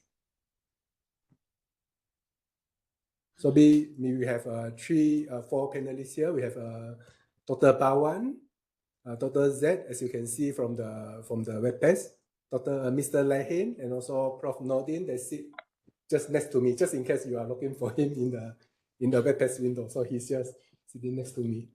So maybe we start with Dr. Pawan, if you want to respond to these questions. Thank you very much. This is a very topical issue, actually, in the European context. And our colleague Lisi Yarwe, who is also part of Dixie, is doing her master's thesis on this very important and relevant topic, because we are looking not from just the coronavirus or pandemic point of view, but if you look at the situation in Ukraine right now, I mean, there's a war that has been going on for more than 2 years, and a lot has happened on the battlefield, but also the need for continuing education still continues. And a lot of these things are now moving or have already moved online. And so you can see that there's a lot of research that is going into this. Those of us who visited Lisbon, if you may recollect, that particular university, the main building was made in the 1940s or 1930s. And I was quite surprised that it goes underground almost 10 floors. It was in effect a bunker. And you see, so these thoughts about how to continue research, education, or whatever, how does society continue even though the world is falling apart outside, is not a new feeling or idea. What is being done especially is how to make the digital infrastructure strong enough to withstand these threats and problems. And especially how do you make education at a basic or higher level more resilient to digital infrastructure disruption? So this is not an easy answer. Maybe one issue here is, of course, having, number one, a digital infrastructure which is strong enough to withstand cyber attacks, and that would require a lot of encryption and also restrictions on who can upload and download and access content. Secondly, the question also is the data security and the security of the users, how to ensure that. And thirdly, how to have a system which is rugged and at the same time simple. Now, this of course brings us problems in the context of LMS systems which are available off the shelf. You know, you can just buy a subscription for Zoom or MS Teams, or it comes with your Windows email or whatever. And then in the European context, as you can see, this is now a security issue because of the possibility of denial of service, DOS attacks, or other forms of e-warfare. So I'm sorry, maybe the question was originally not about something so drastic, but I just wanted to bring to your mind that in the European context, in the NATO context, these are sort of questions that are being looked into. So it's not about a pandemic anymore. It's more about how do you continue education in the time of war. And it is being tested actually in Ukraine as we speak. And so the answers here unfortunately go beyond what we as educators look into. This is going more into the political and military sphere of how to have resilient digital infrastructure across the civilian world, across the not just in universities, but across the entire spectrum of activities, whether it's banking, whether it's accessing online government functions. So these are sort of issues that are being looked at the moment. So sorry, no simple answers here, but all I can tell you is a lot of difficult issues that maybe some of our other colleagues can also look at and explain from the Asian viewpoint. Thank you. Okay, thank you, Dr. Pawan. Interesting from the EU perspective, but maybe I can share a bit how is it like from our perspective of being research university. It's not easy to maintain the status of being research university, and I believe these questions very much wanting to know how we can become more resilient, in conducting the research and in spending the research in our own context. So I think to answer this question, there are perhaps three aspects that I could touch. First is to do with the funding opportunities, okay? And this is also indirectly related to our DXC project. As you can see, instead of looking at the funding opportunities that comes within the country, within the institution, we try to expand ourselves, looking for fundings outside of Malaysia. Yeah, we can look, for example, we have British Council funding, like now we're having Erasmus funding, so much funding that comes out from all these developed country. So in becoming more resilient, we should be looking from that perspective of funding opportunities from different country or companies, in fact, like private companies, there's a lot. The second one is to do with research methodology. We are so embraced into our perhaps a very linear methodology. I think it's about time for us to expand our research methodology that are looking to contributing to the global community that would become an interest from the founders especially. And some of the method that we have applied in our institution is to do with quadra duplex. You can have a look at it. And when I said this, the impact extends beyond just our university, beyond just our country, but in wider community globally. So that's to do with research methodology. Another thing to become more resilient, you have to just create a stronger international collaboration or networks. I think well done to you, because you are starting to do that by participating in this forum, and perhaps you can gain more connection, or perhaps in the future we can collaborate with Philippines. Is this question from Philippines, I think, yeah? So we can expand that stronger international collaboration and together find better fundings in the future. So 3 aspects perhaps to answer your question of becoming more resilient in the research perspective. I hope that answered the question. Dr. Liu? I just add a little bit on another perspective of looking into this, how to become more resilient against internal and external threats and opportunities. If we look at our situation today, what we have achieved so far in terms of knowledge and technology, all attributed to the resilience of educators and researchers of the past. If we look at the history for the past 1,000, 2,000 years ago, the world have gone through a lot of challenges, a lot of disasters, wars of many kinds. But yet we survived until today, and what make us today is because of educators and researchers of the past were highly motivated to pursue knowledge and explore the possibilities beyond their imagination. And if we at higher education institutions now do not have these qualities of highly motivated educators and researchers, then what kind of future that we're going to build. So this is something that we should reflect as educators and researchers today.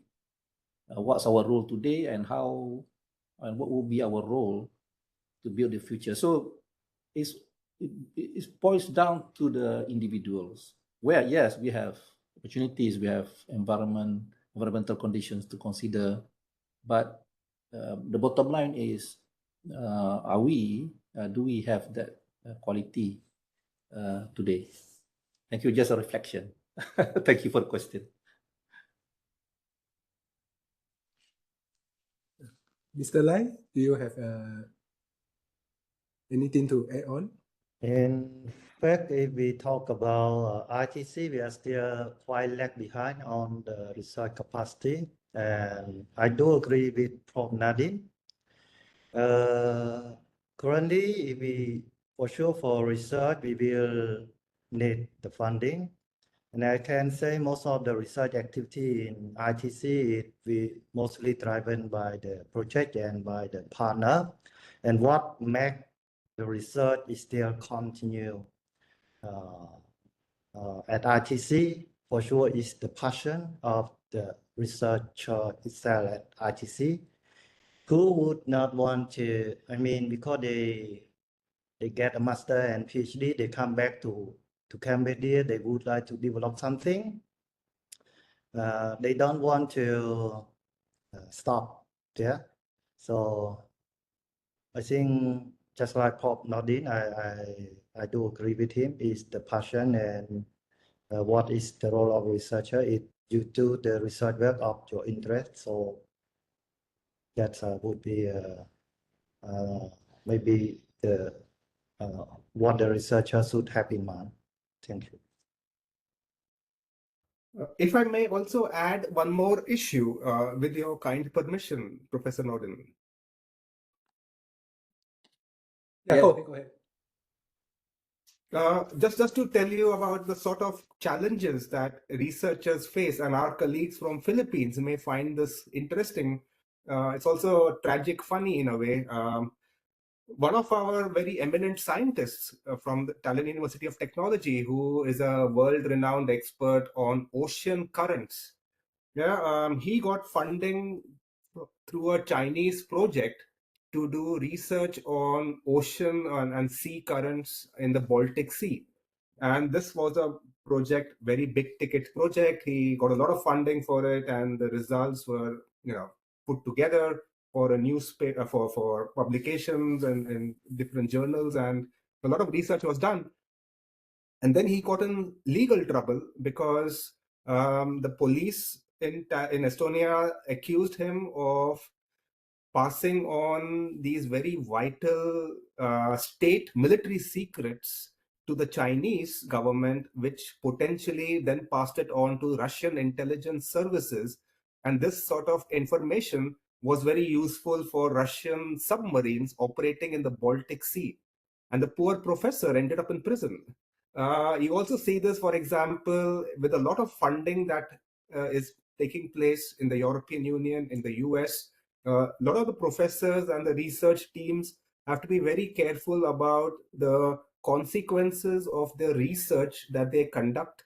And yes, I perfectly understand, Professor Norden, your view that the researchers should be strong and ethical and should focus on the research. But it is just an amazing factor of how geopolitical considerations are coloring the research environment, because there are huge monies involved.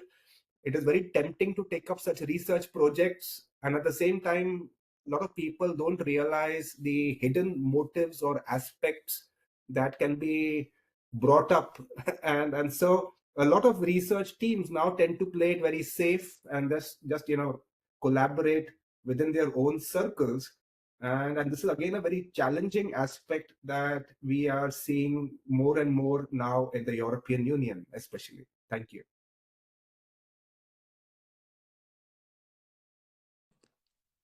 Yeah, thank you, Dr. Pawan. Thank you, all the panelists, for the insightful answer.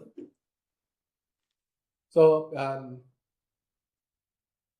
I just share, it's not a question, it's just a remark made by one of the participants. So basically, maybe answer some potential questions that might posed by our participant. Okay, so Dr. Win and Mr. Wilson, I hope our panelists will give you a good answer. So next, we move to the next question. So this is by Karaka, Mr. Karaka, sorry.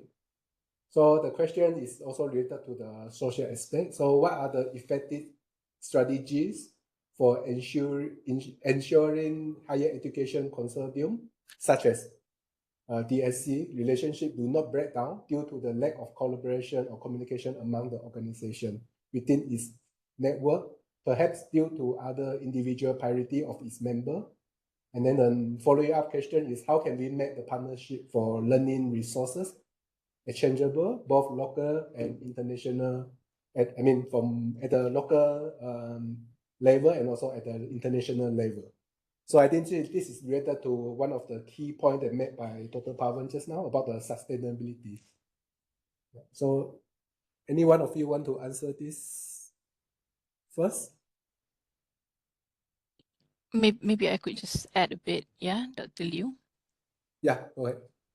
So to sustain a consortium, something like DXC, and if I may share my experience with the council, the e-learning Malaysia Council, that responsible for development of e-learning, including digital learning in Malaysia. I think first thing first, what we need is a strong and well-written Memorandum of Understanding, MOU. You talk about maintaining the relationship, maintaining, the sustainability, the relationship. You like it or not, you need to have that agreement, MOU. So, and even this MOU requires review, when needed. But establish that first, I would say. Same goes with our DXC project. We started off, like Prof. Nordin established the proposal. In the proposal, there are clear agreement about shared goals, vision, and how to solve conflicts if appeared. So having that establishment of agreement or MOU is very crucial. So the second one perhaps to do with establishing clear and regular communication. I think like Dr. Pawan also had enough with my face. We have to frequent regular meetings just to clarify whatever is needed, clarify whether we have achieved goals or not, you know. And it's important to have licensed officers in every institution that collaborate with us. And this also have transition where sometimes the officers left the institution, you know, so we have to have this prompt replacement as soon as possible. Yeah. So the second point is regular communication and clear communication. Establish that. And when talk about clear communication, UTM has been appointed as the coordinator. Therefore, we are responsible to make sure that that communication, any message, reach all our partners. And the third point, I would say that mutual benefits, you know, human, if you don't benefit me, if we don't have win-win situation, I don't think we will. This is not good, but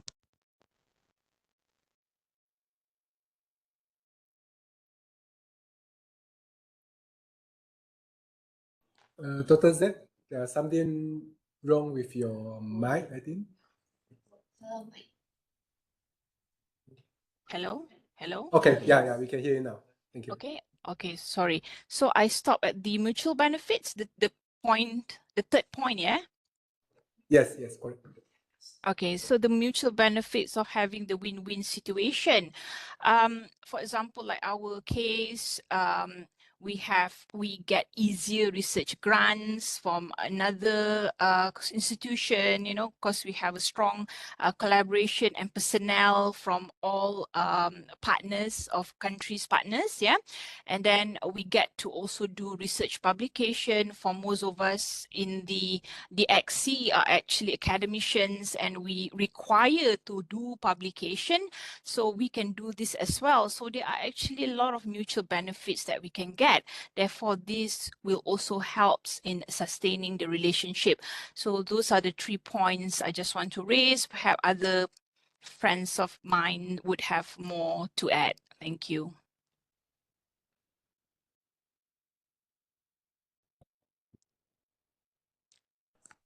Mr. Laheng?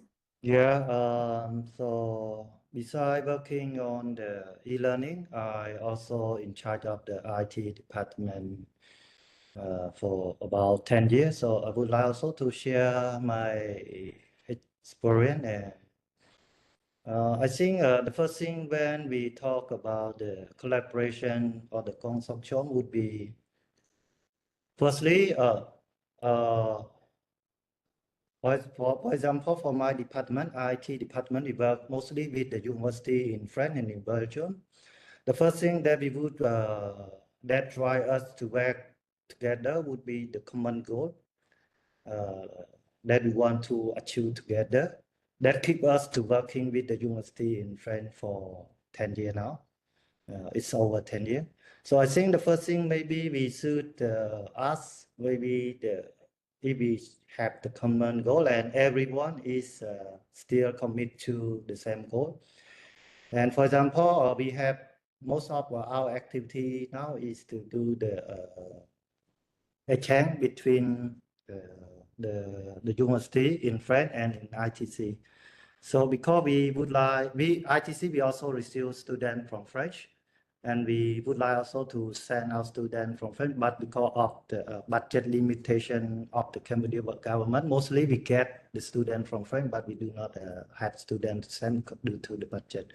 So to make it sustain, to me, for example, also in the Cambodian Cyber University Project Network, where ITC is a kind of the coordinator of the program, we always have a meeting yearly to discuss about the goal, what if we really want to do it together.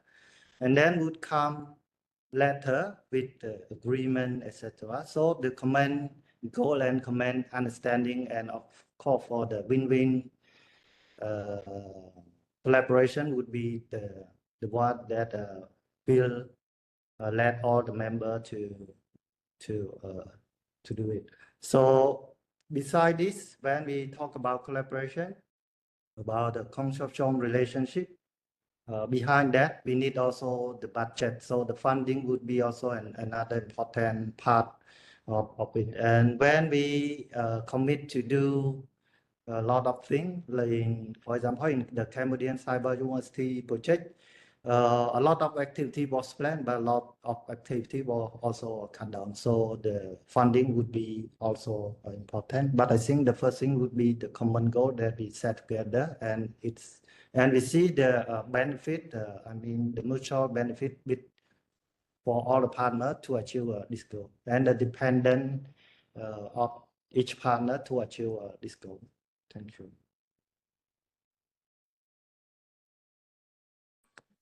Thank you for the question. Just to add a few more points on the sustainable relationship in the network. My personal view is, okay, in the process of development of a network, like or consortium of partners in research like this, or in a capacity building project. So usually we'll develop a network of universities, right, to work together. And most of the time, it starts with individual relationship, meaning one person know another person, and then one leads to another, and eventually they form a network of universities that will work on specific project to apply for research grant or for a project. But individual relationship, yes, we have to really sustain the individual relationship, that we know each other, so it will become probably easier for communication purposes. However, we need to formalize the relationship at the institutional level as well, because individual will come and go. So in order to make relationship between institutions more sustainable, it has to be formalized in whatever ways. You know, it can formalize. That's what we're going to do for DXC network. Anyway, we're going to register a proper network for DXC, and this is part of our deliverable, because we know that an official network will be able to do more. In the future, we can apply for similar grant. We can work together with other projects, students exchange. With the activities that which are not within the scope of our current project, but we can pursue those activities in the future with proper network. So in order to do that, we have to formalize that at institutional level. The same thing as research, the same thing as bilateral relationship between institutions. So in most cases, the relationship started with collaboration between 2 professors or 3 professors from different universities. But relationship between professors, yes, it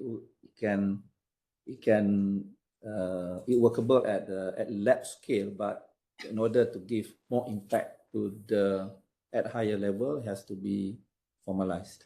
So that's our approach anyway at UTM as far as relationship is concerned.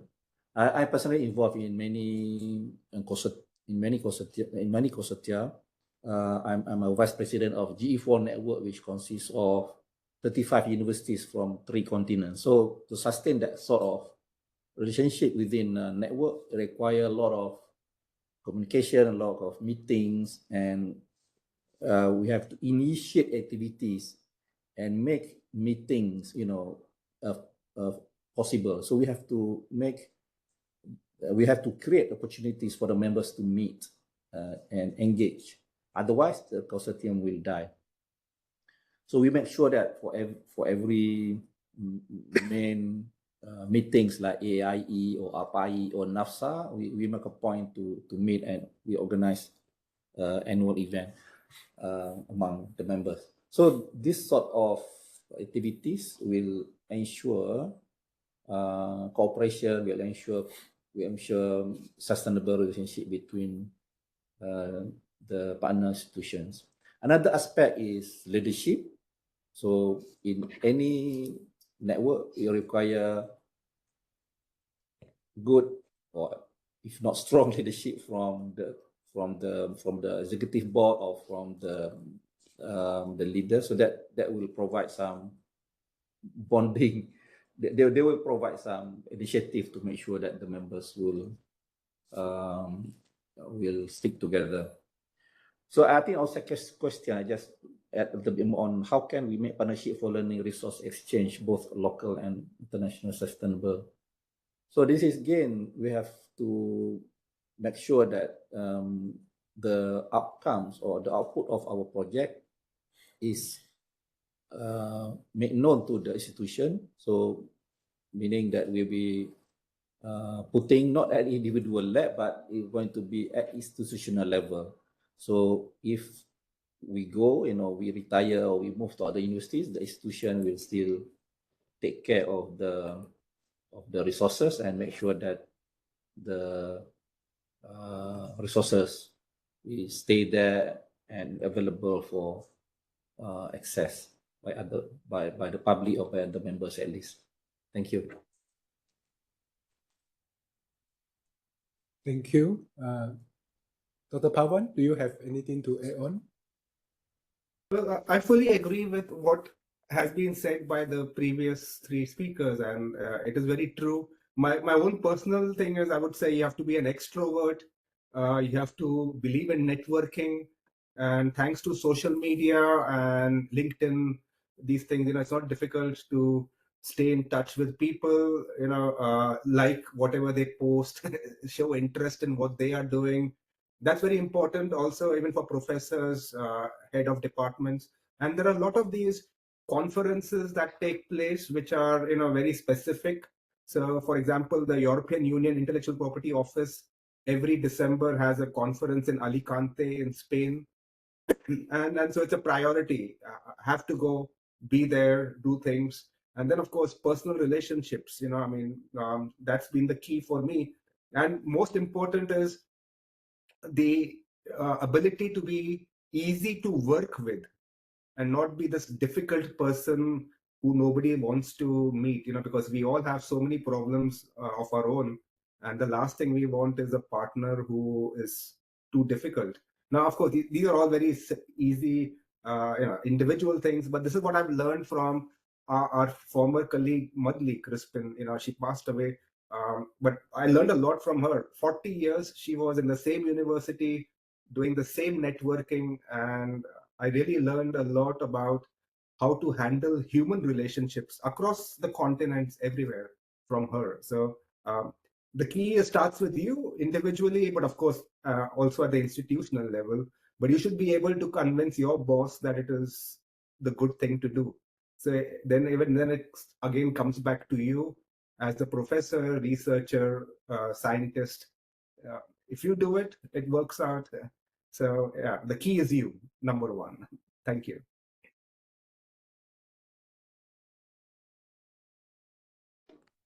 Thank you, Areka, for the questions and the response for all the panelists.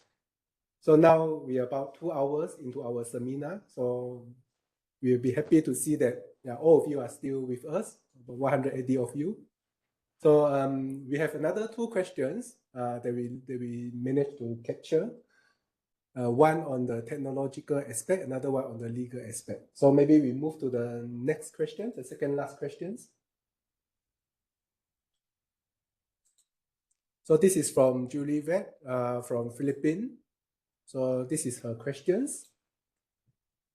So her question is on knowledge and technology transfer. So this is about the knowledge and technology transfer. What does the Asian University Network stand on this? So I think what she meant actually is this project, DSC. And is there a spore of education expert and even the material from where educators could acquire technology and knowledge to utilize it in digital teaching learning? And can this resource be made accessible? So I think this is the main focus of these questions. And the following up questions is, are there current mechanisms where knowledge and technology sharing are institutionalized to ensure the sustainability process in the region in collaboration with other regions in the world? So I think Prof. Nordin just now answered part of these questions. So maybe we open this to all our panels. Anyone want to start? So maybe we start with Prof. Nordin. I think Dr. Zack can add more on this, on our OER. Yeah. I just to be sure, Dr. Liu, are they talking about DXC or are they talking about Asian University Network, the one that I've posted in the chat section? Which one is it? Okay. AUN, is it AUN? Yeah, Asian University Network. Yeah, I think it's AUN, maybe AUN. Yeah. Yeah. So I we mean, cannot ask, they established even before us, and we have a lot to learn from them, for the matter of fact. But they have like very strong connection and network, which also includes our university. Oh yeah, they are referring to the Asian. And if you look at, if you studied the website that I've given just now, I think you can see, everybody, participant can just click on that link at the chat section. You can see there's so many opportunities and establishment of project initiative that they have initiated. So you can get it from there. It's all about you coming to them, not they searching for you, because I think AUN is already established. Let's see, what was the question some more just now? And I believe also like AUN, they have a platform where you can assess the materials, the technology, where you can continue to search from the website. But in relation to that, from the DXC perspective, as I've shown in my last slide, we also have similar initiative that we're working on. For example, we have established the OER. I'll share the link with you in a while. Platform where later, just any educators from around the world can simply go to that platform and download like related teaching and learning materials from there. That is as a start, but we're also looking at other perspective of learning approach or learning materials such as MOOC, a micro-credential and all that, which will link later on to that platform as well. I hope I answer from that perspective, because I can't touch much on the Asian University Network since I'm not with them. Okay, thank you. I'll share the link in a while about the OER that we're working on. Thank you, Dr. Z. Mr. Lehen, do you have anything to add on? Not really, because I don't work with the Asian University Network. In ITC, there's one person in charge of that, but I'm not the one, so I don't have the information to. Just a little bit on, as far as DXC is concerned, the project, we have this intention, or in fact, this is part of our deliverable actually, that eventually the resources that we develop, the training material that we develop for the purpose of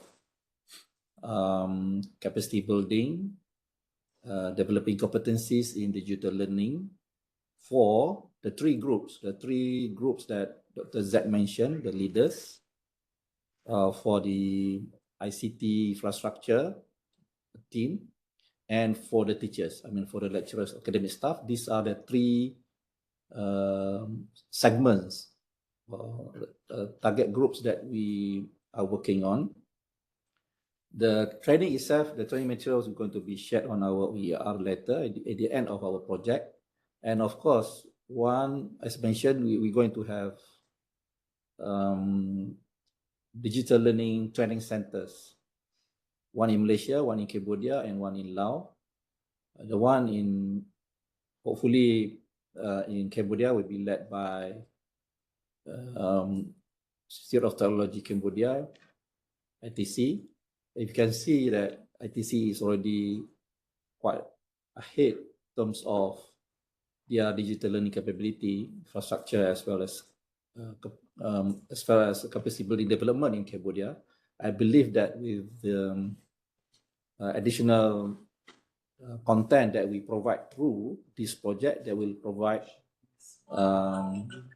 better resources for them to work on in the future. So hopefully the digital learning centers in these 3 countries will play their roles to spread the knowledge in the respective countries.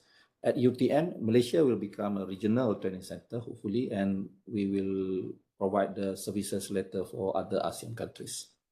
So that's the vision of DXC, and hopefully this is going to be realized by end of 2025. Thank you.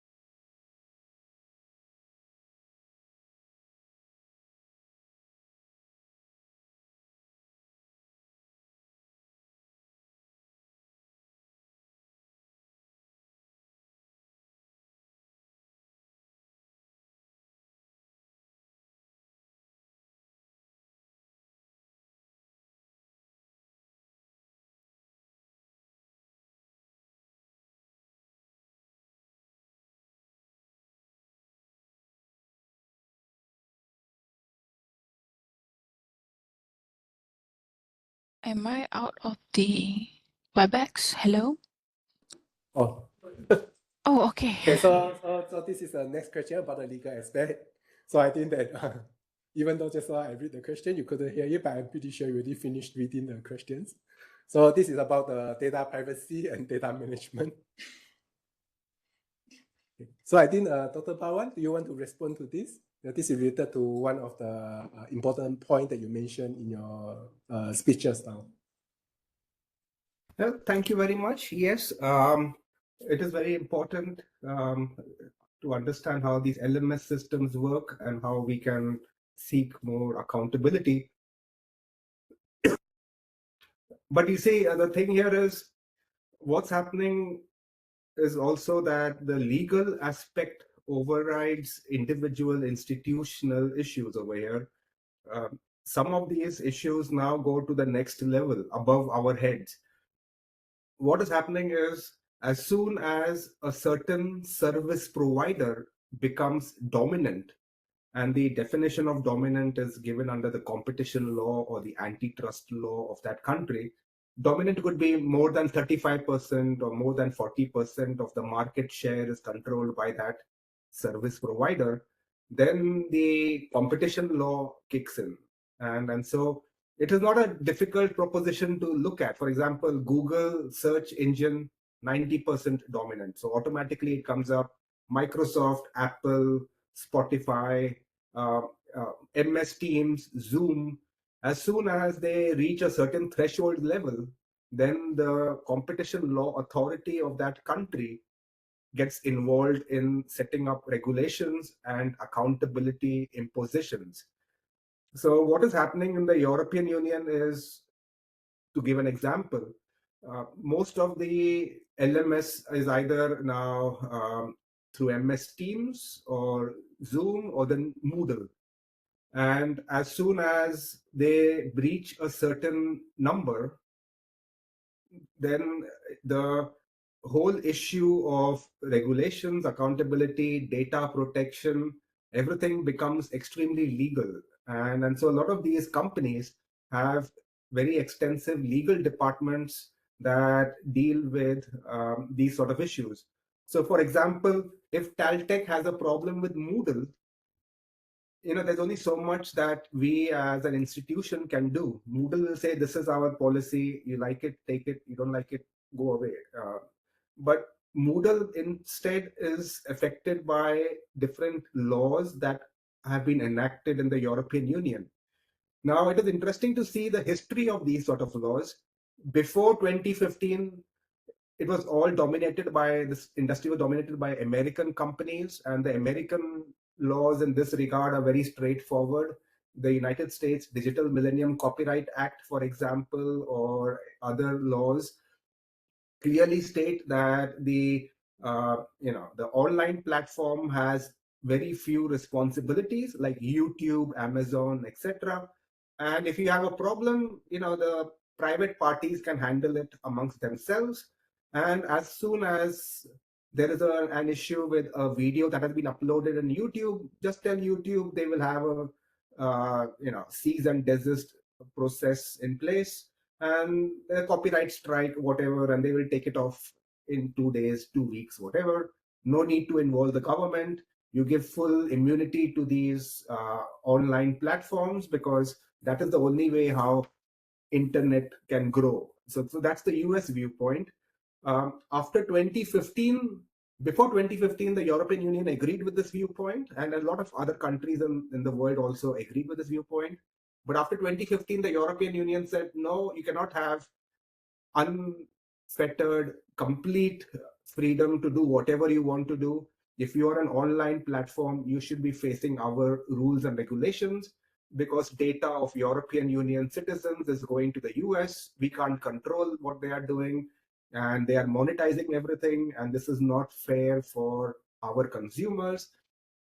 But more, it was about getting control of data. And so the European Union imposed a lot of new rules and laws, starting with the GDPR to talk about data control, data protection, and then came the digital copyright in 2019.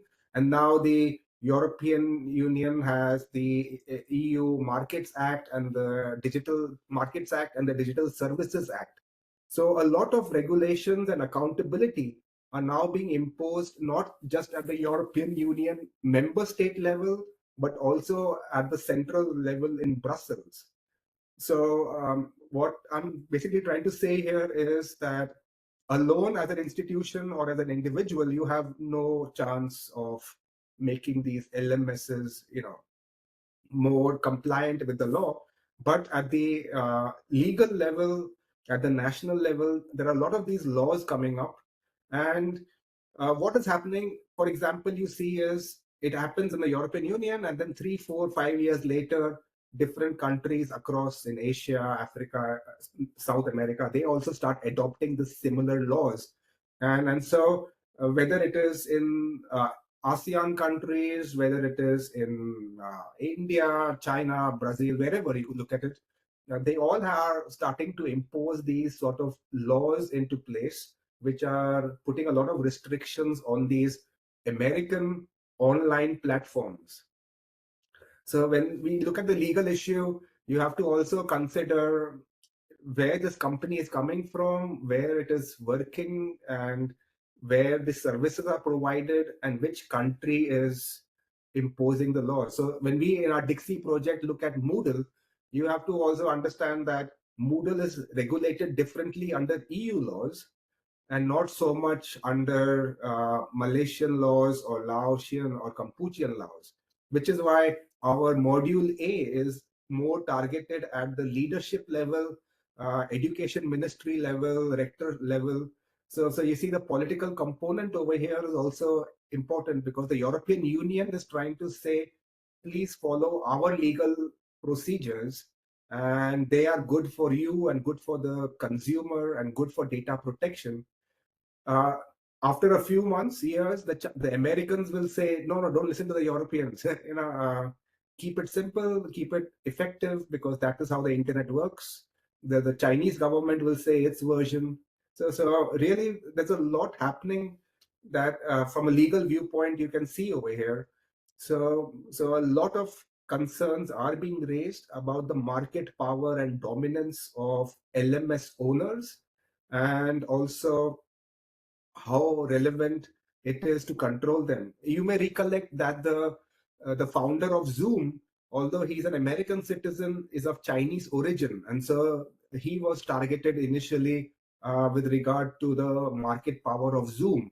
Similarly, if you look at Telegram, social media, the main person is a Russian, but he is collaborating with Western countries, but they don't allow access to privacy and to data of the encrypted users. So again, there are a lot of these issues that come up. So it's not a simple answer anymore. It used to be simple 5 years, 6 years ago, but now in the European Union context, it is a very complicated answer to explain who puts regulations or accountability in positions.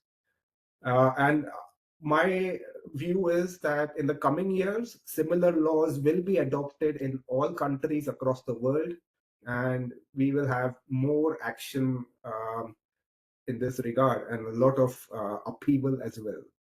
Thank you. Thank you, Dr. Pawan. Dr. Z and Mr. Lahin, do you want to add on? Maybe just to share a bit of your experience in your country. Yeah, sure. It's just that when you talk about digital law, in Malaysia, I would say we are bound by the Personal Data Protection Act. We have that, and as university, we must obey to it as well. And when we look at this personal data protection, the concerns are more towards using materials that are free from copyright, intellectual property. So let's say if you're using the learning management system to upload and insert all your learning materials, you have to acknowledge that you should not use any materials that are owned by other people. That's very important.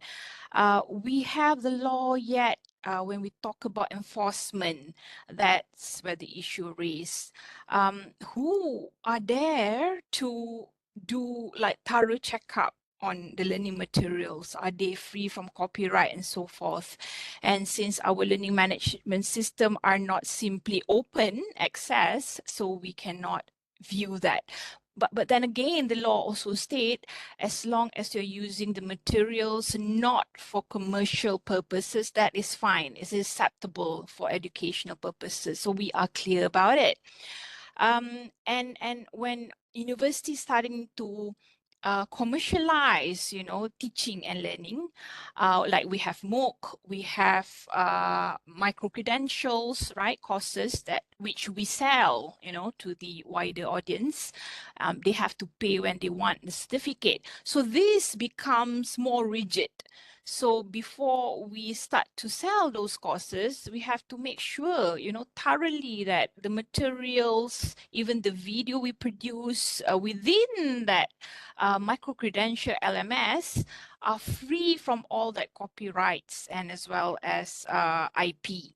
So in that perspective, I hope it helps. But I wish in the future we could have more than just Personal Data Protection Act. It should be more. This is the concern also that I raised with Dr. Pawan just now. We should have our own strong legal office with staff that is well versed with digital law. So I admit this is something which all universities should mitigate, and improvise. Thank you.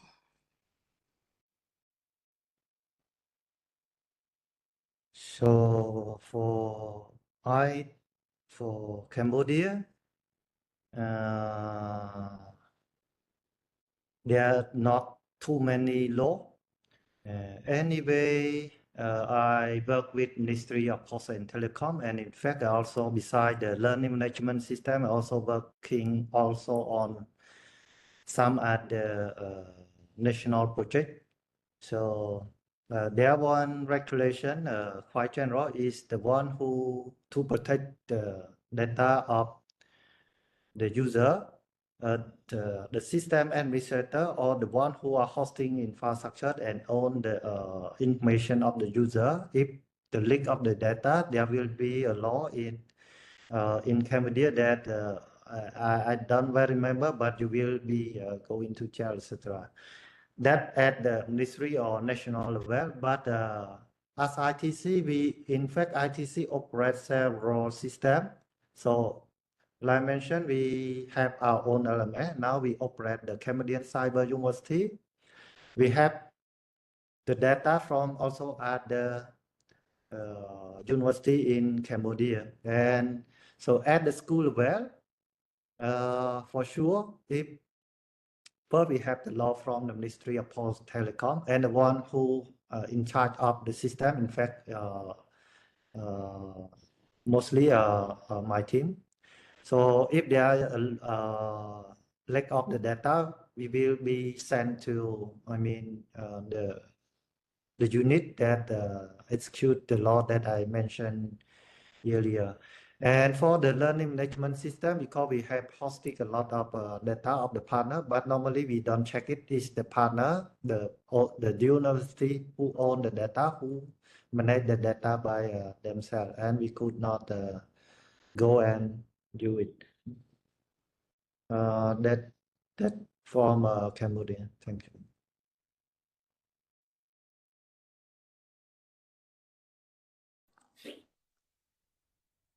So thank you all the panelists.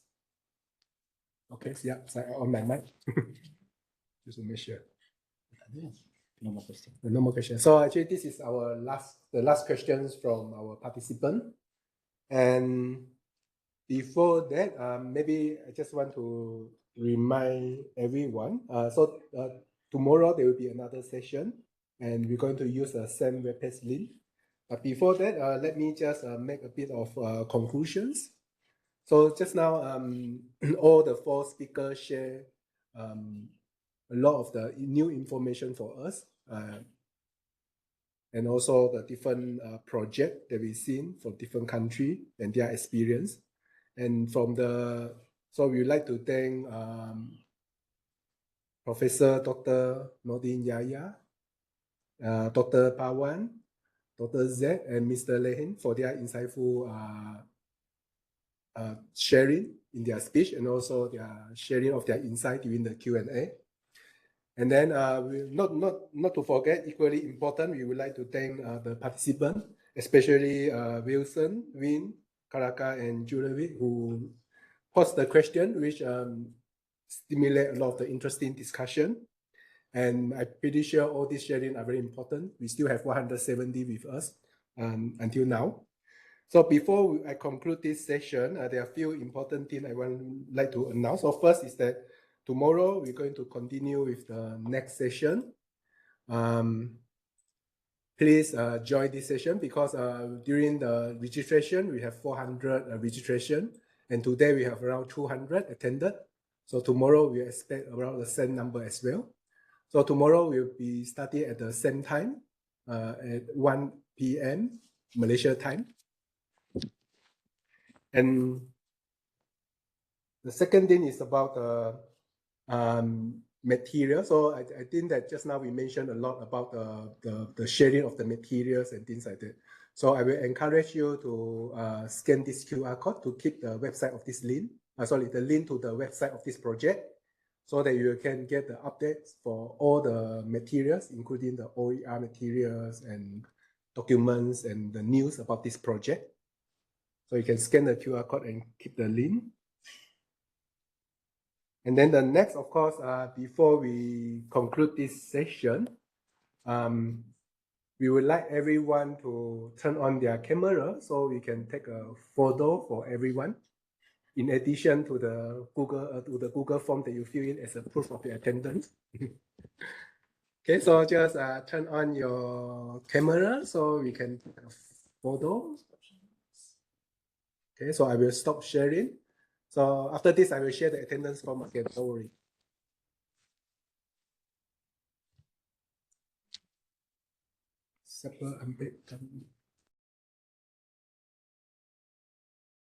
So just turn on your camera.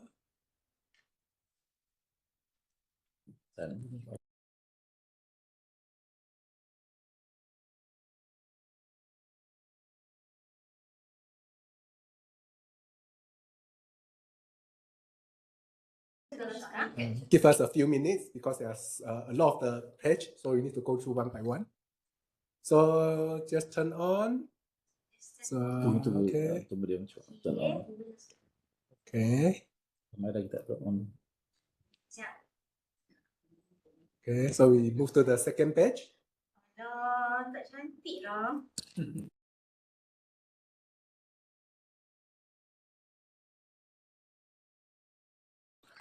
Okay, we go to the next page.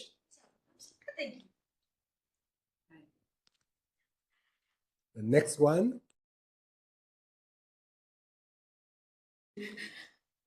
Okay, we almost there. A few more.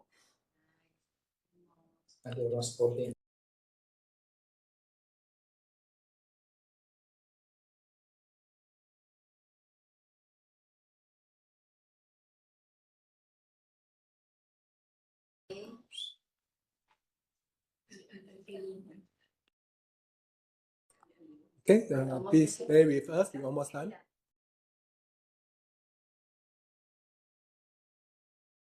Okay, so we have done. So again, we would like to give a round of applause to all our speakers and our participants. So we will see you again tomorrow at the same time, same place, same link, for more interesting discussion about the teaching and learning in digital, in the digital transformations. So that's all from me. So if you have any questions or you want to ask more questions, you can reply to the email that where you receive the notification for this seminar. Okay. So thank you everyone. So I will see you again tomorrow. Bye. Thank you. So now we have Zoom up, so you can see all the committee member who contribute who work on these seminars. Tengah. Nampak tak? Tengah.